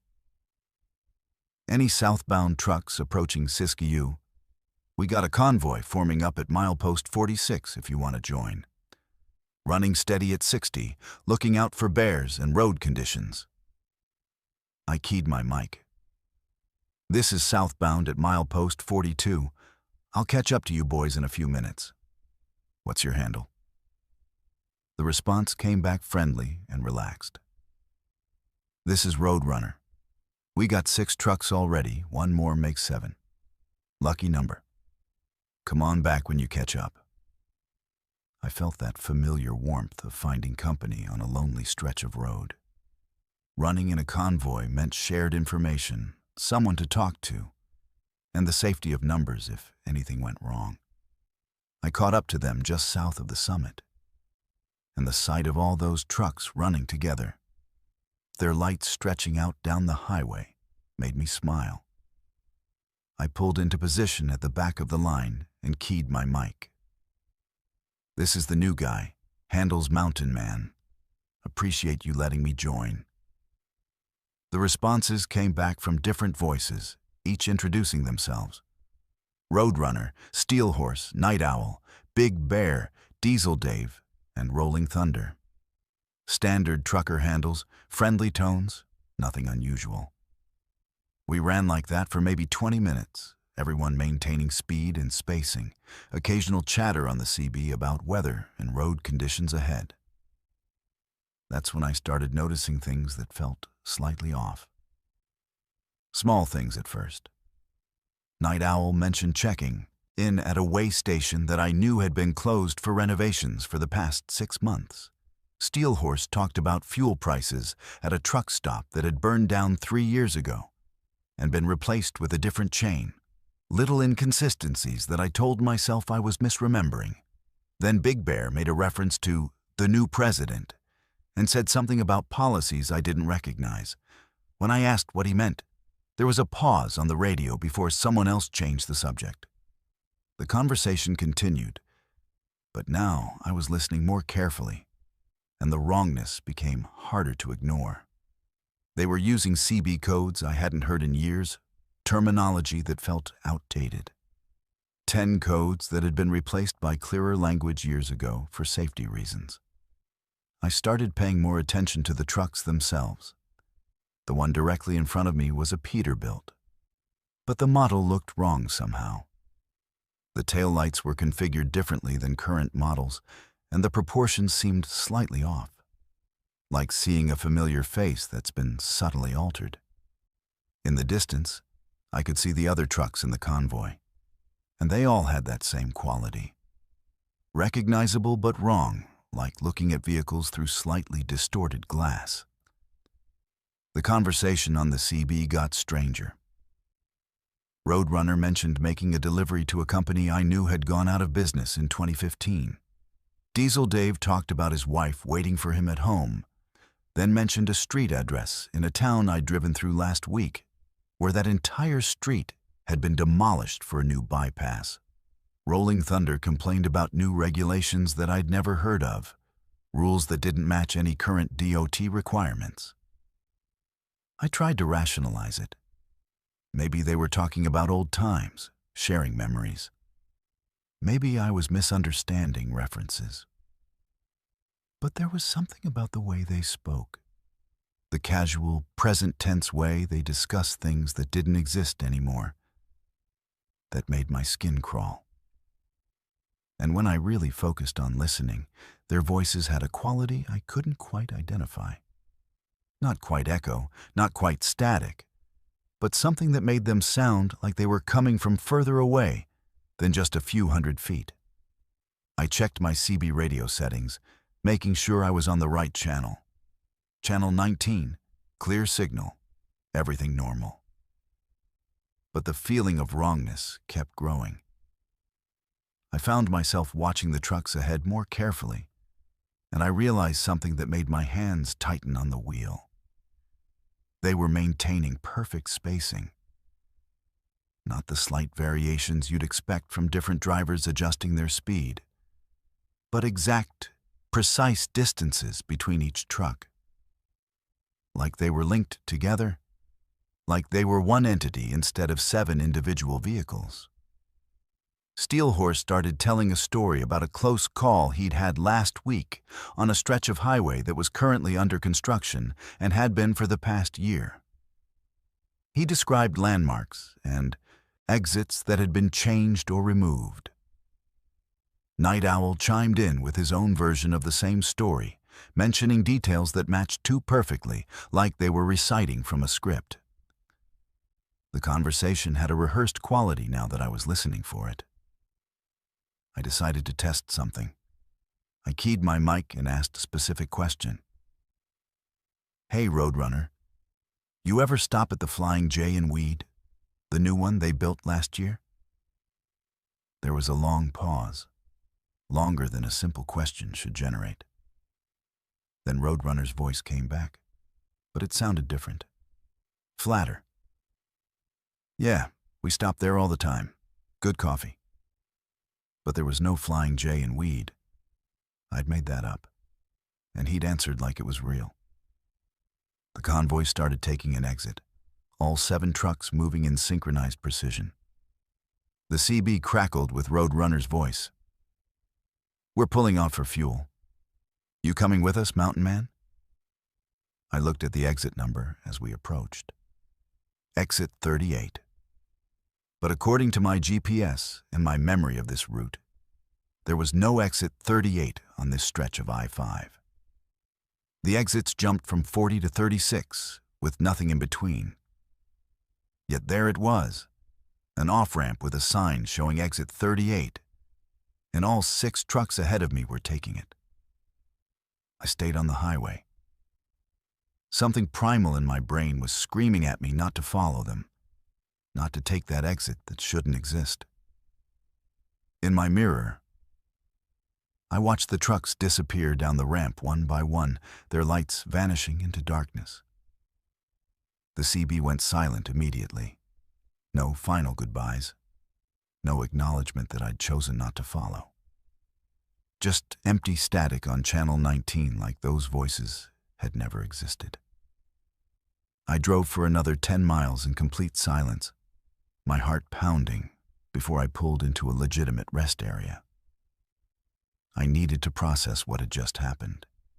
Needed to convince myself I wasn't losing my mind. There were a few other trucks parked there, and I walked over to one where the driver was doing a pre-trip inspection. Older guy, maybe in his 60s, with the weathered look of someone who'd been driving for decades. I asked him if he'd seen a convoy of 7 trucks pass through. He looked at me strangely and said I was the first southbound truck he'd seen in the past 30 minutes. Said it had been unusually quiet on the highway tonight. I insisted, described the trucks, mentioned the handles they'd used on the CB. His expression changed from confusion to something that looked like recognition mixed with concern. "Son, when did you see these trucks?" I told him. Gave him the timeline, explained about joining the convoy. He was quiet for a long moment, then pulled out his phone and showed me a news article from 2008. A convoy of 7 trucks had crashed on Siskiyou Pass during a winter storm. All 7 drivers killed when they lost control on the descent and went off the embankment. The article listed their names and handles: Roadrunner, Steel Horse, Night Owl, Big Bear, Diesel, Dave, Rolling Thunder, and one more I hadn't mentioned, one I'd somehow forgotten hearing on the CB. Shadow Rider. I pulled up my own phone and started checking. Every inconsistency I'd noticed, every outdated reference, every wrong detail matched the world as it existed in 2008. The regulations they'd mentioned, the companies they'd talked about making deliveries to, the truck models I'd seen, all of them consistent with 2008, not 2025. I'd been running with trucks that existed 17 years ago, driven by men who'd been dead for 17 years. The driver told me other truckers had reported similar experiences over the years. Seeing a convoy on Siskiyou Pass late at night, running with them for a while, then realizing something was wrong. Some drivers said they'd followed the convoy off the highway and found themselves on roads that didn't exist. Others, like me, had the sense to stay on the interstate and watch the ghost convoy disappear. I got back in my truck and pulled up my dash cam footage, which records continuously and stores the last 48 hours. I scrolled back to the time when I'd been running with the convoy. The video showed my truck driving alone down I-5, No trucks ahead of me, no convoy, no exit 38. Just my truck, solitary on an empty highway, with my voice on the CB talking to no one, having one-sided conversations with static. But here's what made me question everything. My CB radio's recording function, which I keep running to document traffic conditions and road issues, had captured the conversations. All of them. Every voice, every code, every outdated reference. The audio was there, clear and distinct, proving I hadn't imagined it. The cameras showed I was alone. The audio proved I wasn't. Two pieces of evidence that contradicted each other, leaving me with no idea which one represented reality. I finished my delivery in Sacramento and drove back north 2 days later. When I approached Siskiyou Pass, I watched for exit 38. It wasn't there. Just the normal exits, properly numbered and documented. But on my CB radio, as I crested the summit at 2 in the morning, I heard a familiar voice. Any southbound trucks approaching Siskiyou, we got a convoy forming up if you want to join. Roadrunner's voice, friendly and inviting, calling for trucks to join a convoy that died in 2008. I didn't respond. I drove the pass alone, watching my mirrors, half expecting to see 7 sets of headlights appear behind me. They didn't. But I heard them on the CB for the next 30 miles, having conversations about a world that doesn't exist anymore, making plans to stop at truck stops that have been demolished, discussing regulations that have been replaced, living out their last run over and over again. The truck stop I finally pulled into had security cameras covering the lot. I asked the manager if I could review the footage from when I'd driven past with the convoy weeks earlier. He pulled it up and showed me the timestamp. My truck, driving alone, no convoy. But in the audio from my CB, I could still hear their voices, could still hear myself responding to them, could still hear the sound of 7 trucks running together through the night. I don't know what I encountered on Siskiyou Pass. A temporal echo, maybe. Some kind of recording in the fabric of the highway itself that replays under certain conditions. Or maybe those 7 drivers are still out there, still running their routes, unaware that they died 17 years ago, existing in a parallel version of the highway that overlaps with ours just enough for the living to glimpse the dead. What I know is this. The convoy is still out there, still calling for trucks to join them on Channel 19, still running the pass at night, maintaining perfect spacing, having conversations about a world that's been gone for nearly 2 decades. And sometimes, if you're unlucky enough to be on that highway at the right time, you'll hear Roadrunner's voice inviting you to join. Your cameras will show you're alone. Your radio will prove you're not. And you'll have to decide which version of reality you want to believe. I chose to believe the cameras.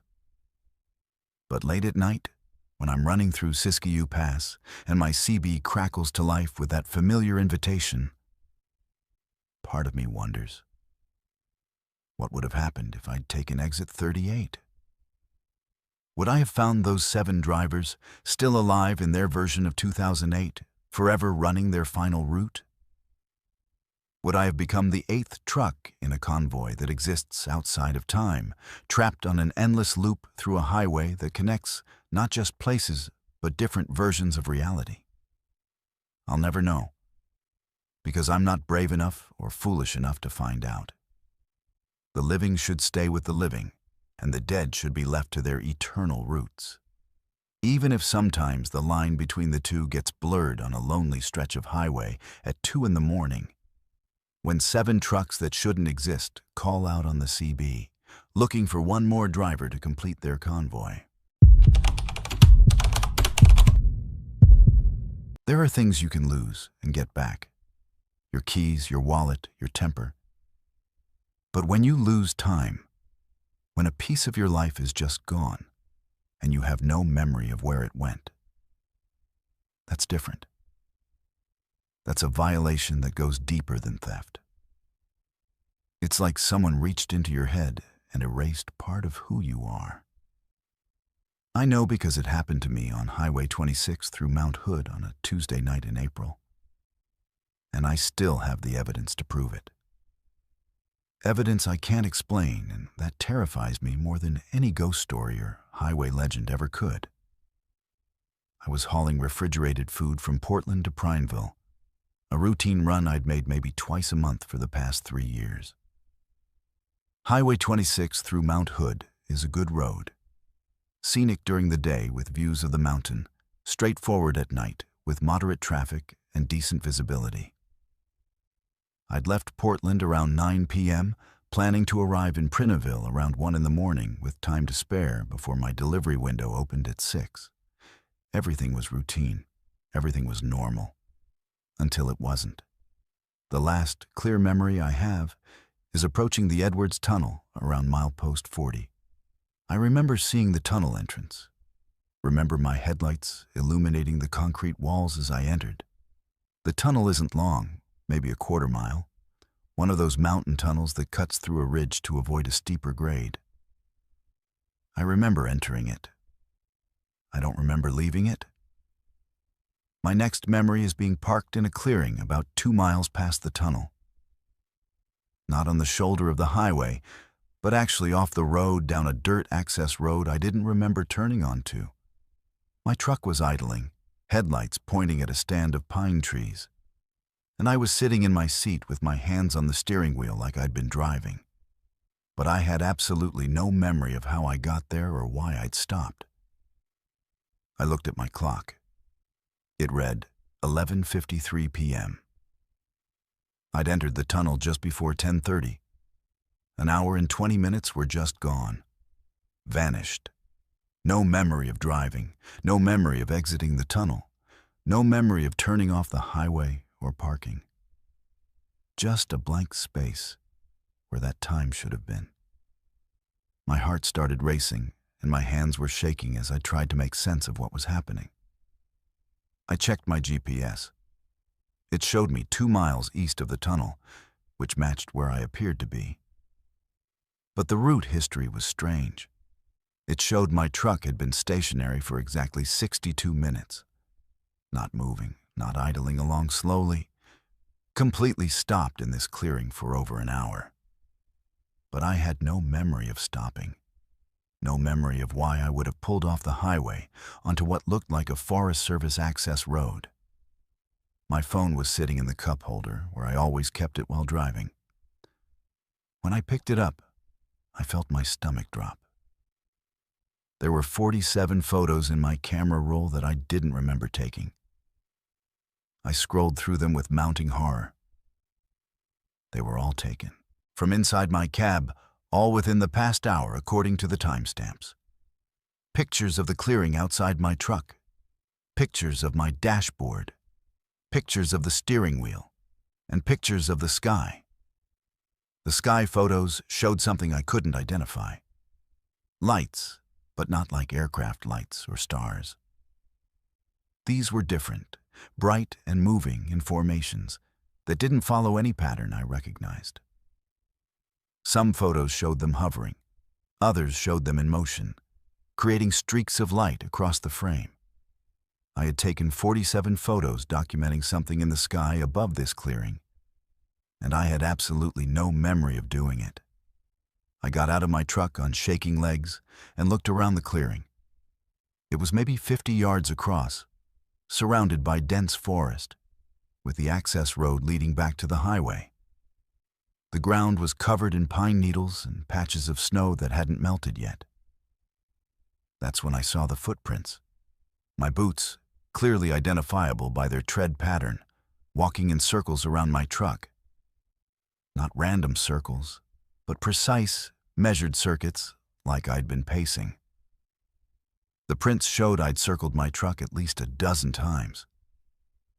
I bent down to examine them and noticed something else that made my blood run cold. The prints were in snow that was undisturbed except for my footprints. No animal tracks, No tire tracks from other vehicles, nothing. Just my boots, walking circles around my truck in a clearing I didn't remember entering. And next to one of the footprints, pressed into the snow, was a handprint. My hand, palm down, fingers spread, like I'd fallen or knelt down and caught myself. But I had no memory of that either.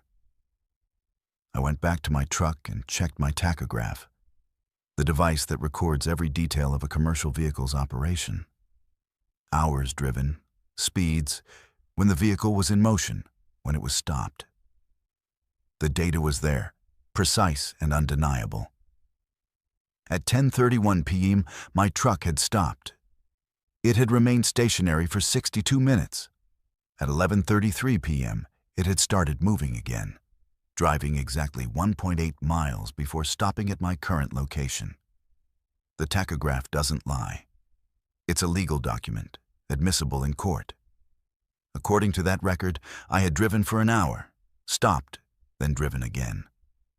But I remembered none of it. My dash cam. I had a dash cam that recorded continuously, storing footage on a loop. I pulled up the footage with hands that wouldn't stop shaking. The video showed me entering the tunnel at 10:29 p.m. The camera captured my truck driving through the tunnel, emerging on the other side, continuing down the highway. Then, at 10:31 p.m., my truck turned onto an access road without signaling, without slowing down first. Just a smooth, precise turn like I'd been planning it. The footage showed my truck driving down that access road and parking in the clearing exactly where I'd woken up.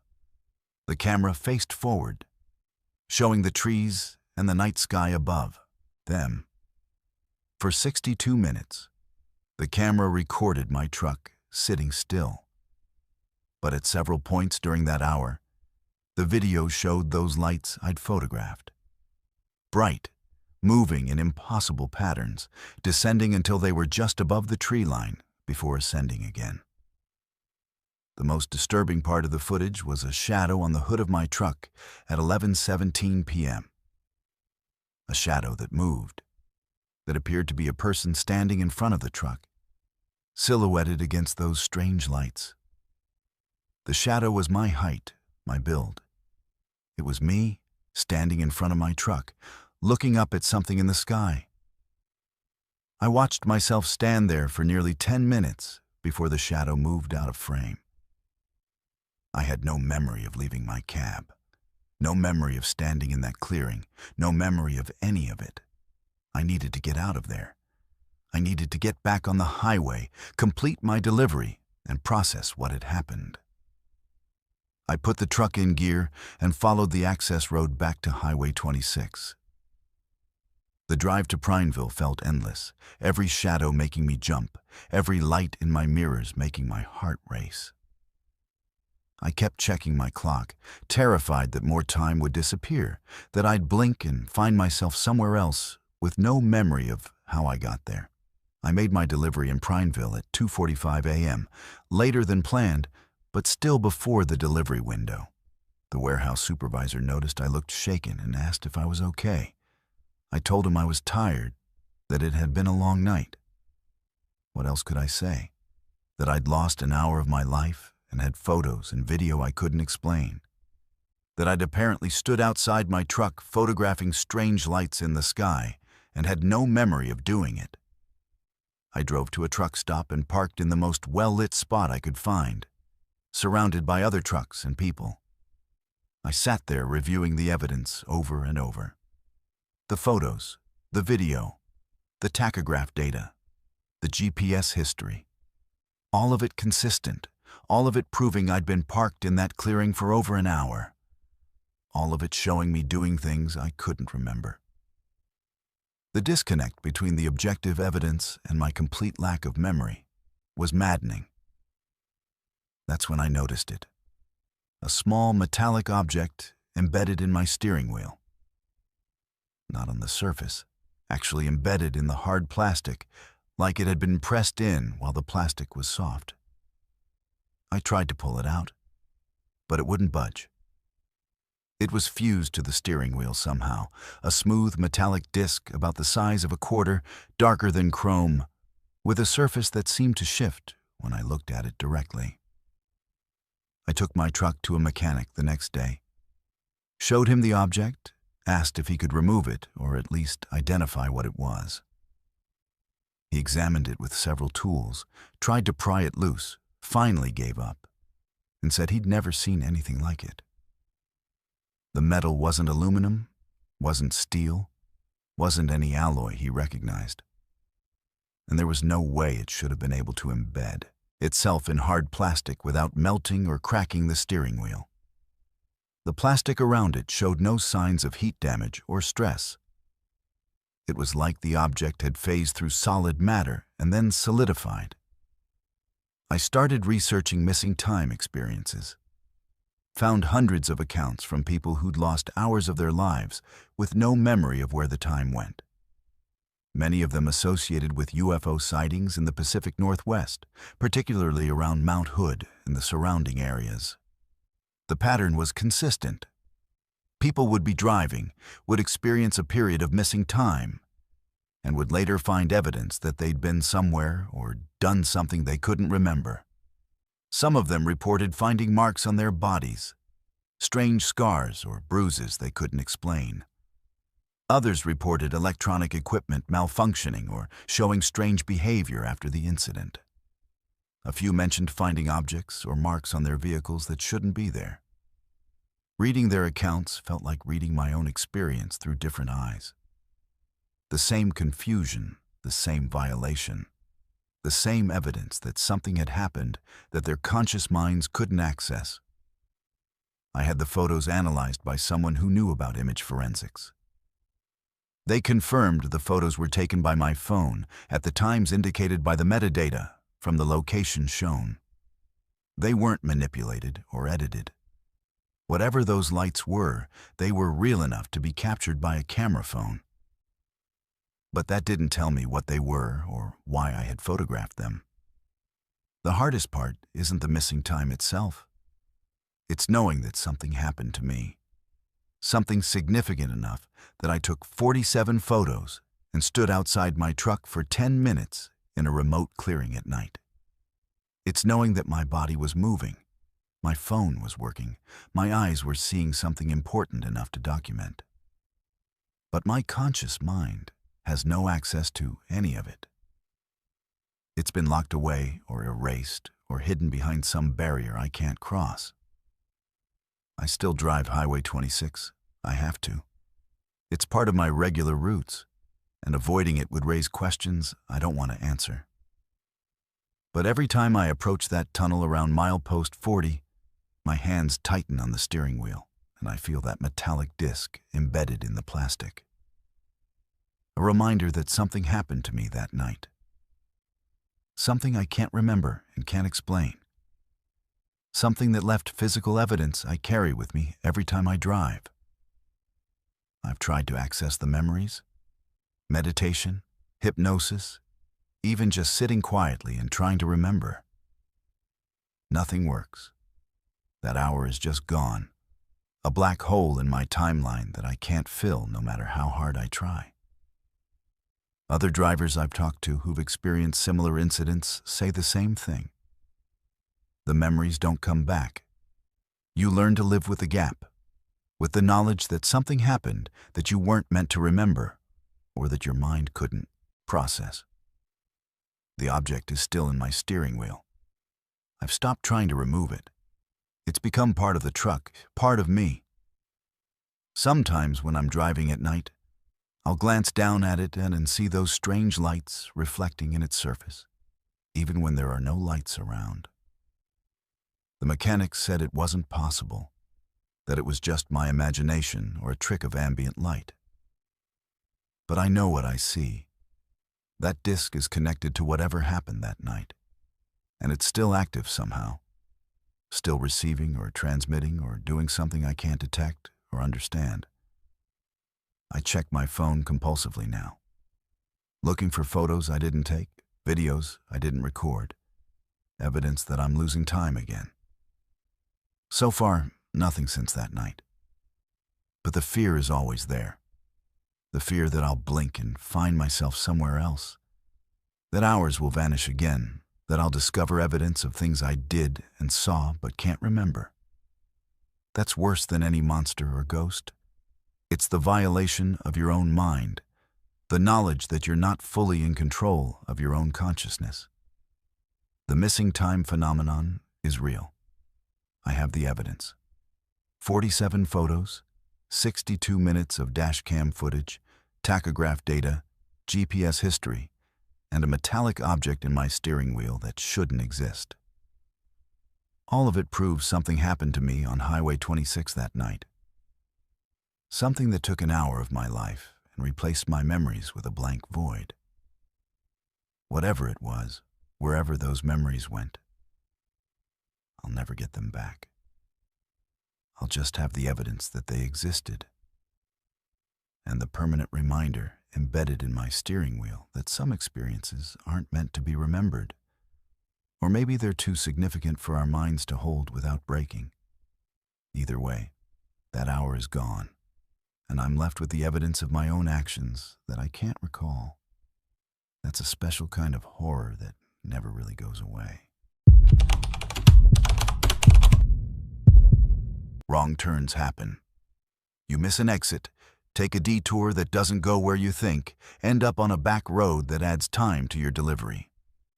It's annoying, but not usually dangerous. You figure out where you went wrong, get back on track, maybe lose an hour. That's what I thought when my GPS glitched on Highway 20 in eastern Washington and routed me down what looked like a county road. Just a wrong turn. Just a delay. Except the place I found at the end of that road wasn't on any map. And when I tried to leave, I discovered the people living there didn't want anyone knowing they existed. I was hauling construction equipment from Spokane to a job site near Omak, running Highway 20 through some of the most remote country in Washington. Eastern Washington isn't like the western part of the state. No cities, no suburbs, just miles and miles of high desert, sagebrush, and mountains. Population density drops to almost nothing once you get away from the Columbia River. There are stretches where you can drive 30 miles without seeing another vehicle or any sign of human habitation. My GPS had been acting strange all afternoon. The screen would flicker, lose satellite signal, then reconnect, showing me in slightly different positions. I'd chalked it up to the terrain, the mountains blocking signals, normal technical issues. When it told me to take a right turn onto what appeared to be a gravel county road, I hesitated. The road wasn't marked with any signs, and it looked barely maintained. But the GPS insisted this was my route, showing it would save me 20 minutes versus staying on Highway 20. The road was rougher than I'd expected, narrow with washboard ruts that rattled my truck and made my empty trailer bounce. I kept expecting to see a sign indicating this was a legitimate county road, some number or designation that would confirm I was going the right way. Nothing. Just gravel and sagebrush and the occasional fence post. After about 15 minutes, I tried to turn around. But the road was too narrow, and there was nowhere to safely maneuver a 70-foot rig. That's when I saw the buildings. Not a town exactly, more like a compound. 30 or 40 structures arranged in a grid pattern in a valley that hadn't been visible from the road. Houses, storage buildings, what looked like a common hall or meeting house. All of them were the same style, same tan color, same design. Like someone had built a small community all at once using the same blueprint. There were vehicles parked in organized rows, gardens laid out with military precision, solar panels on every roof. And people, at least 50 of them that I could see, all wearing similar clothing. Not uniforms exactly, but similar enough to be noticeable. Tan and brown earth tones, loose-fitting, practical. They stopped what they were doing when they heard my truck approaching. Every single one of them turned to look at me, and the synchronization of it was deeply unsettling, like they'd all been waiting for someone to arrive, or like they all heard the same unspoken command. I pulled to a stop near what appeared to be the main building, engine idling, trying to figure out where I was and how to get back to Highway 20. My GPS had gone completely dark, screen black like the power had been cut. My phone showed no signal, which wasn't unusual for this area. But the timing felt wrong. A man approached my truck, maybe 50 years old, with the calm expression of someone who's completely certain of their place in the world. He smiled, but it didn't reach his eyes. I rolled down my window. I think I took a wrong turn. Can you tell me how to get back to Highway 20? He nodded slowly. You're about 12 miles off the main road. This is private property. We don't usually get visitors. The way he said visitors made it clear they didn't want them either. I apologized, explained my GPS had malfunctioned, asked if I could turn around somewhere. He looked back at the compound, then at me. You'll need to back out the way you came. Road's too narrow to turn around up here. But before you go, why don't you come inside? Get some water, rest a few minutes. Long drive back to the highway. Everything in my gut told me to decline, to back my truck down that road immediately and get away from this place. But backing a loaded truck down 12 miles of narrow gravel road would take hours, and I was genuinely thirsty. I agreed, climbed down from my cab, and followed him toward the main building. That's when I noticed the cameras. Small, discreet, but everywhere. On buildings, on posts, covering every angle of the compound. I also noticed the absence of children.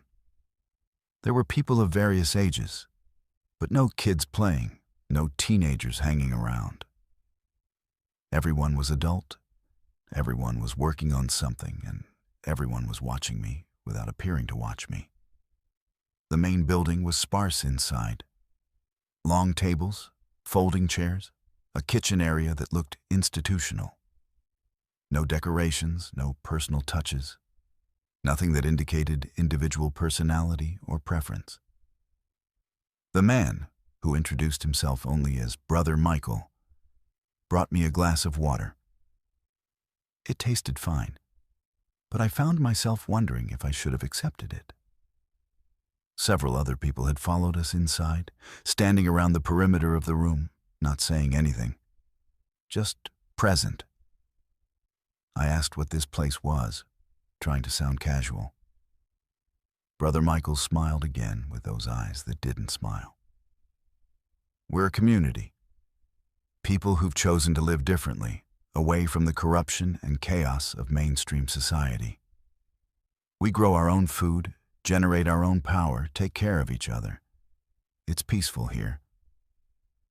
The way he emphasized peaceful felt like a warning, like peace was something they'd fight to protect. I asked how long they'd been here. He said 15 years, that they'd purchased the land legally and built everything themselves. Completely self-sufficient, completely private. No connection to the outside world except when they chose to have one. I mentioned I hadn't seen this settlement on any maps. His expression hardened slightly. That's intentional. We value our privacy. The world doesn't need to know we're here. Something about the situation was making my skin crawl. The synchronized behavior, the surveillance cameras, the isolation, the emphasis on privacy and separation from mainstream society. I'd heard stories about compounds like this, groups that started as alternative communities and evolved into something darker. I finished my water and said I needed to get back on the road, that I had a delivery deadline to meet. Brother Michael walked me back to my truck, and that's when I saw it. Another truck parked behind one of the buildings, partially hidden by a tarp. A commercial truck, older model, with rust and faded paint. But what caught my attention was the company name still visible on the door. A trucking company I knew had gone out of business 3 years ago. The truck looked like it had been there for a while, becoming part of the compound's vehicle collection. I asked about it, trying to sound casual. Brother Michael followed my gaze, and his expression went completely neutral. Previous visitor. He decided to stay, join our community. We're always open to people who want a different life. The way he said it made it clear that staying hadn't been entirely voluntary. I felt my heart rate spike and forced myself to stay calm. I climbed into my cab, started the engine, and that's when I noticed people had positioned themselves along the road I'd come in on. Not blocking it exactly, but standing in groups, watching, waiting. Brother Michael put his hand on my door, still smiling that empty smile. You know, it's a long drive back to the highway. Dangerous, too, backing down that narrow road. Lots of drop-offs. Easy to make a mistake. Maybe you should consider staying the night. Leave in the morning when you're fresh. Every instinct screamed that leaving in the morning meant never leaving at all. I thanked him, but insisted I needed to go, that my dispatcher would send people looking if I didn't check in. His hand stayed on the door. Cell phones don't work out here. Radio either. Something about the geology, the mountains. Communications just don't make it in or out of this valley. It wasn't a warning. It was a fact, delivered with complete confidence. I put my truck in gear and started moving forward slowly, not backward like he'd suggested. There was a gap between buildings that looked wide enough, a route through the compound that might connect to another road out. Brother Michael stepped back, his expression changing from friendly to cold. "That's not the way out," he said. People started moving, converging from different parts of the compound, walking with purpose toward my truck. I didn't wait to see what they'd do. I accelerated, aiming for that gap between buildings, praying there was actually a road on the other side and not just open desert or a cliff. My mirrors showed people running now, not chasing exactly, but moving to cut off other routes. The gap was barely wide enough, my mirrors nearly clipping the buildings on both sides. I scraped through and saw with relief that there was a road, rougher than the one I'd come in on, but passable. Behind me, I saw vehicles starting up. 2 trucks, a van, moving fast. They were coming after me, and there was no way my loaded truck could outrun them on this terrain.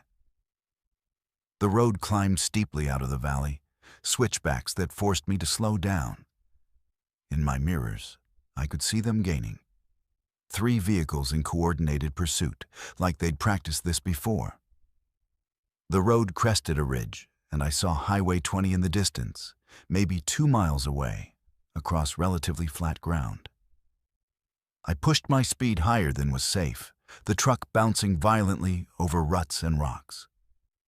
The vehicles behind me were close enough that I could see the drivers, their expressions focused and determined. This wasn't about asking me to come back. This was about making sure I never told anyone what I'd found. I hit Highway 20 doing 50 miles per hour, my trailer swaying dangerously as I made the turn onto pavement. The pursuing vehicle stopped at the edge of the highway, didn't follow onto the public road.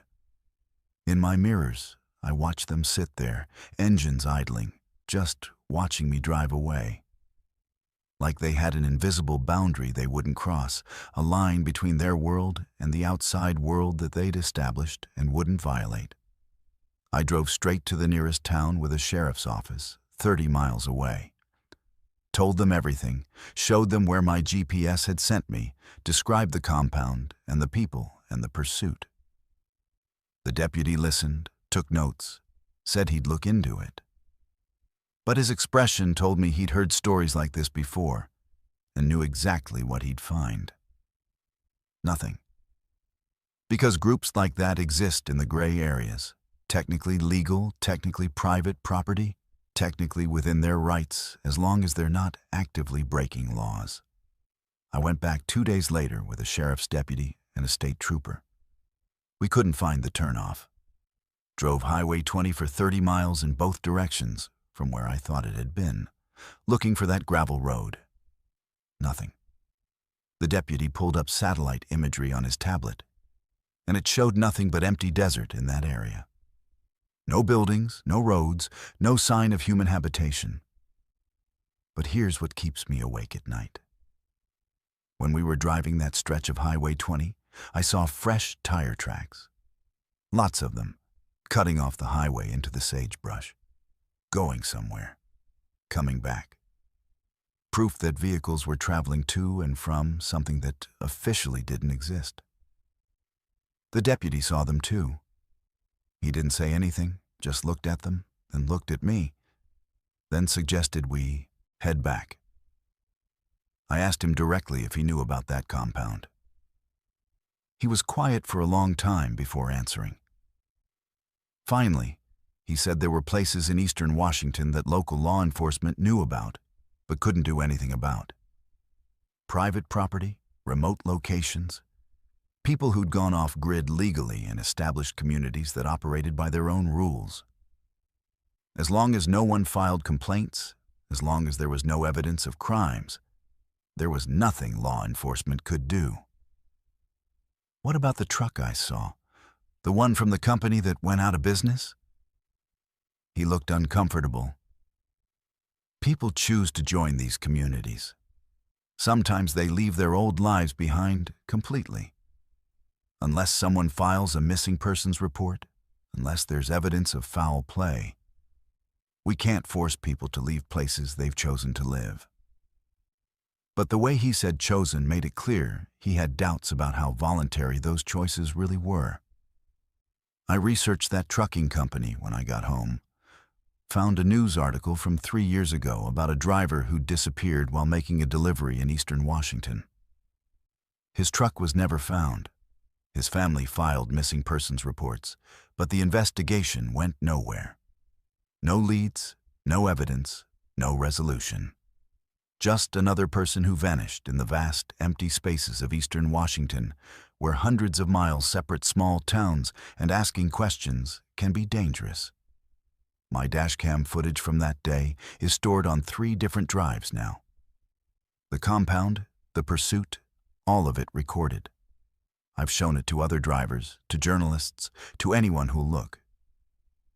Most dismiss it as some kind of legitimate community, nothing sinister. A few recognize what I saw and tell me quietly to let it go. That there are places in the Northwest where people who want to disappear go, and poking at them is a good way to disappear yourself. I don't run routes through eastern Washington anymore. Turned down every load that would take me near Highway 20 in that area. My company thinks I'm being superstitious. But they don't argue because I've got seniority and enough goodwill built up to be picky about my routes. Other drivers can take those runs. Drivers who don't know there are settlements out there that don't appear on maps, communities that chase away anyone who stumbles across them, places where trucks and their drivers vanish and no one seems to care. The GPS error that sent me down that road? Never happened before, never happened since. Makes me wonder if it was really an error at all. If maybe they have some way of causing navigation systems to fail, rerouting drivers down that road to see who might be interested in staying. Most drivers probably refuse the invitation and leave without incident. But some, like whoever drove that truck I saw, might accept. Or might not have a choice. I still see tire tracks every time I drive past that area on Highway 20. Fresh tracks cutting off into the desert, leading nowhere that exists on any official map. Going somewhere that doesn't want to be found. Housing people who don't want to be part of the regular world, or who made the mistake of finding them and never got the chance to leave. The deputy was right. There are places law enforcement knows about but can't touch. Places that exist in the gaps between civilization, where different rules apply and questions aren't welcome. My GPS works perfectly now, but I don't trust it anymore. Don't trust any navigation system that might decide to send me down an unmarked road toward a settlement that shouldn't exist. Because out there in the remote areas of eastern Washington, in the desert valleys hidden between ridges where cell phones don't work and help is hours away, there are communities that have decided the outside world has nothing to offer them. And if you find them accidentally, if you see too much, they'll make very sure you either join them or never tell anyone what you saw. I got lucky. I got away. But that truck with the rusted company name is still there, hidden under a tarp, waiting for its driver who's never coming back to claim it. Reality is supposed to follow rules, cause and effect. Linear time. You can't be in two places at once, and you definitely can't pass the same person 7 times on a highway when they should be miles behind you. But rules only matter when reality is playing fair. And sometimes on these long, empty stretches of highway late at night, the rules stop applying. That's what I learned on I-5 near Roseburg, Oregon, when I kept passing the same hitchhiker at exit after exit, despite the mathematical impossibility of it. And when she finally waved directly at me and mouthed my name, I realized I wasn't just witnessing something strange. I was caught in it. I was running southbound from Portland to Sacramento with a load of paper products, cruising through southern Oregon around 2 in the morning. I-5 through this section is straightforward. Mostly flat with gentle curves, exits every 10 or 15 miles, serving small towns that are asleep at this hour. Traffic was minimal, just me and the occasional northbound truck passing in the other direction. Everything was normal until exit 124 near Roseburg. That's where I saw her the first time. A woman standing at the base of the exit ramp, thumb out in the classic hitchhiker pose. She was wearing a long coat, dark hair hanging loose, face partially obscured by shadow. Nothing unusual about her except the time and location. Not many people hitchhike at 2 a.m. on a highway exit. I didn't stop, never do for hitchhikers. Too many stories, too many risks. I passed her doing 65 and watched her shrink in my mirror until the darkness swallowed her up. Exit 129 came up 5 miles later. I was watching for it because I knew there was a truck stop there if I needed fuel. As I passed the exit, I saw her again. Same woman, same coat, same pose. Standing at the base of the ramp with her thumb out. I felt a prickle of unease, but told myself it couldn't be the same person. Maybe it was someone who looked similar. Maybe fatigue was making me see patterns that weren't there. I checked my speedometer. Steady 65. I checked my mirrors. No vehicles behind me that could have given her a ride. Exit 135, 6 miles further. She was there again. Same exact appearance, same position at the base of the ramp, same gesture. But this time I was paying attention to details. The way her coat hung, the angle of her arm, the tilt of her head. Identical. Not just similar. Exactly the same. Like she was frozen in that one moment and being copy-pasted to each exit. My hands tightened on the wheel, and I felt my heart rate spike.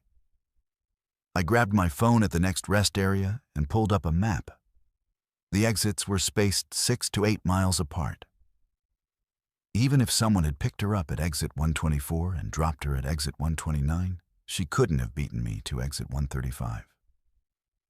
The math didn't work. I'd been maintaining highway speed the entire time with no stops. Unless she was being transported by helicopter or teleporting, there was no physical way for her to appear at 3 consecutive exits. I considered pulling over, waiting to see if she'd appear again. but something primal in my brain told me that was a terrible idea. Whatever was happening, engaging with it directly felt dangerous. So I got back on the highway and continued south, watching for exit 138. Part of me hoped she wouldn't be there. Part of me knew she would be. Exit 138. There she was.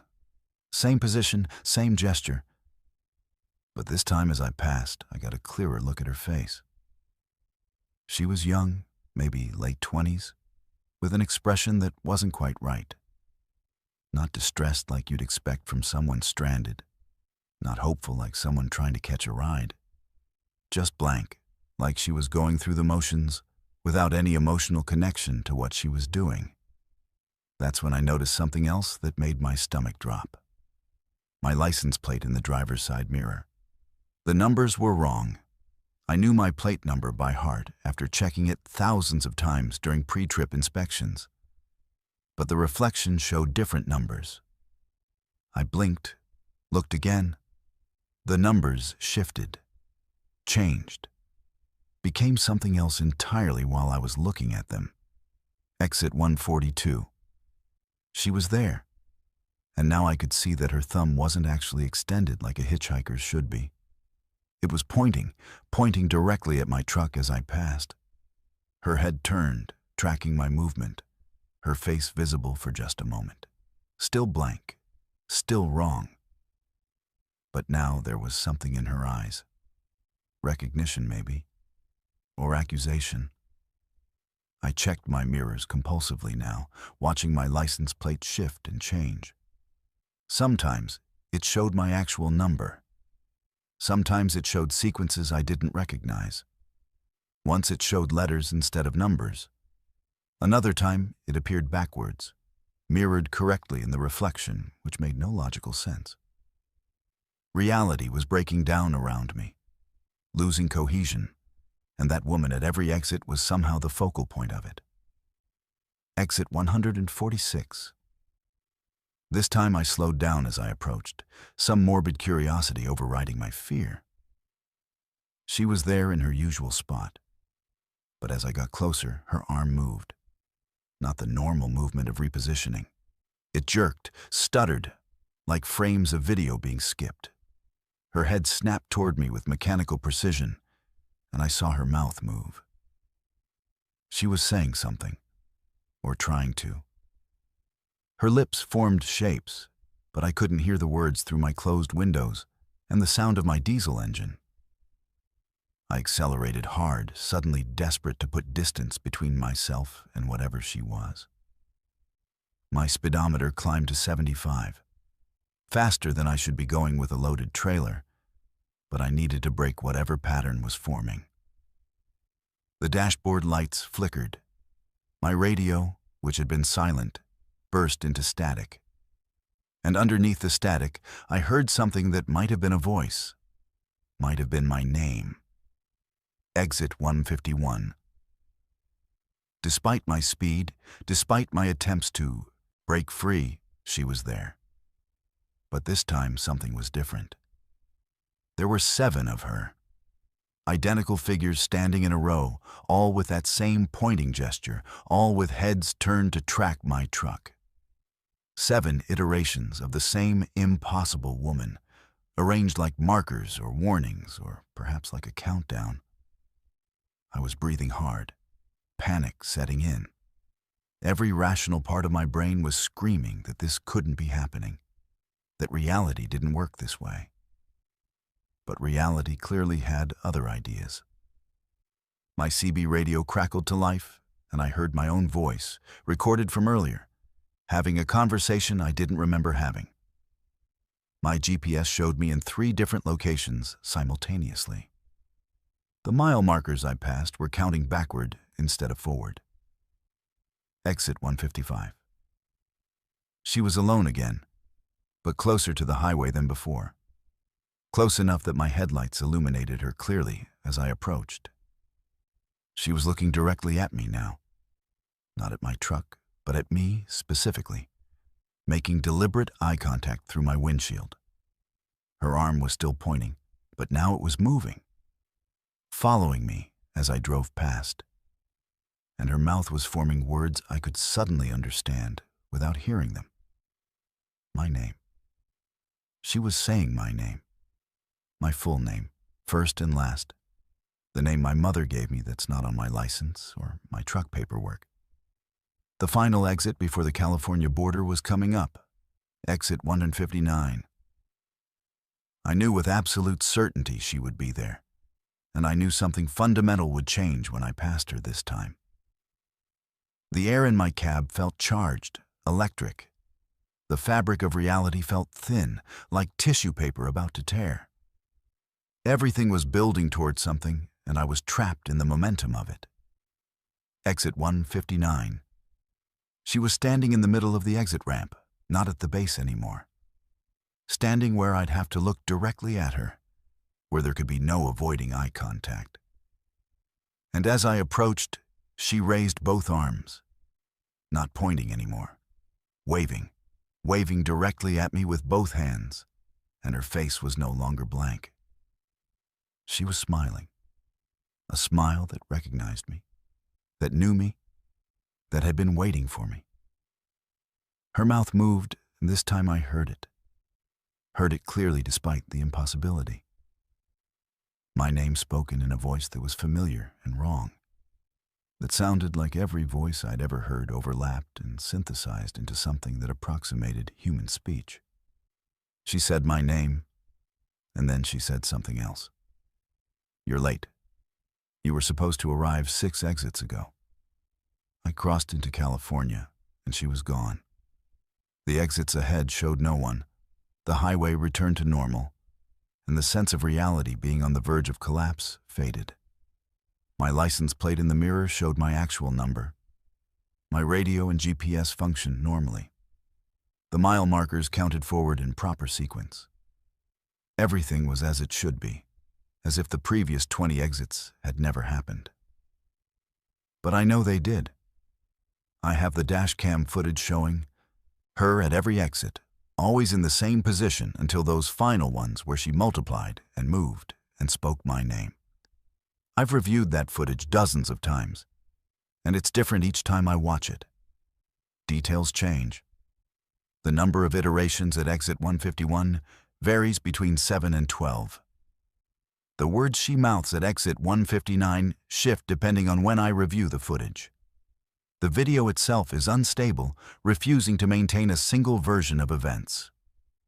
Other drivers on trucker forums have reported similar experiences.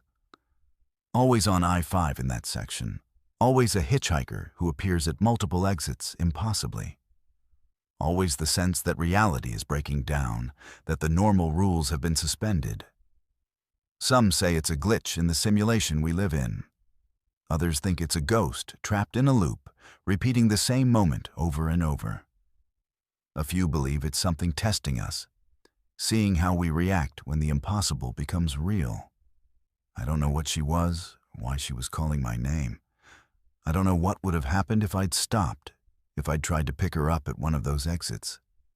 I don't know what she meant when she said I was late, or where I was supposed to arrive. The mystery sits in my mind like a splinter, something I can't remove and can't ignore. Because she knew my name, my real name, and that means whatever she was connected to me specifically. Not just any driver on that highway. Me. I've driven that stretch of I-5 twice since then. Both times during daylight when reality feels more solid, when the rules are more likely to hold. I haven't seen her again.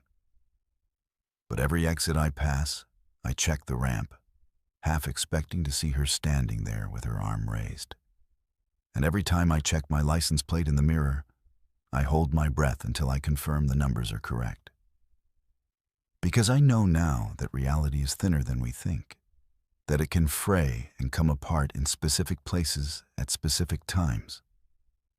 And I know that something out there knows my name and is waiting for me at exits that may or may not exist, calling me toward a destination I never agreed to reach.